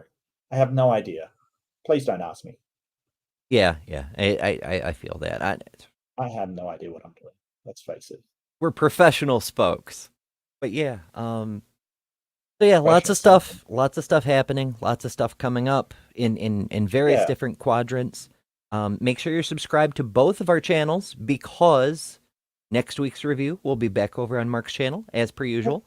We take turns, and it'll be a fresh one, and who knows where it will take us. It should be yet another adventure. Well, I'll check out the one Doc recommended, and I'll certainly give credit to Doc for recommending that. Apparently it was Planet Peterson versus Kent Hovind, which should be hilarious. So we always like to see Kent Hovind get spanked, and apparently he did. So He that sure sounds did. interesting. Yeah, no, I'd like to see it. I haven't seen it yet, so no spoilers. I will possibly do that one. Yeah. So yeah, stay tuned, and thanks everybody for joining us. Thanks everybody who dropped by the live chat. I didn't get to say hello to everybody because there's a bunch of you, and I appreciate y'all. Oh, yeah. I've been trying to feature feedback as we go. You know, and big thanks to the mods for keeping Thanks, Maya. the side chat a safe place, and Yes. Pragmatic sharing all the links, and y'all are just the best. And hello, Absolutely. future people. Thanks for coming this far in you know, it's shorter than some, but still a fairly long video. Appreciate you. And if you want to join us in a live chat sometime, make sure to subscribe and ring the bell so you get the notifications. And I'll be back tomorrow for a new episode of Atheist Lives with our dear friend of the community, Robin Webster. And that should be really fun too. Yay. Hell yeah. All right. I think that covers, well, there's an endless amount of stuff I could reference or shill and so forth. Yeah. I think that's a pretty good amount. So thanks again to everybody for joining us. And as always, remember, you don't have to vote for the corrupt, pathological, lying, convicted felon, treasonous bastard, because you are better than white supremacy Christian nationalism. I would hope so. Wow. Good night, folks.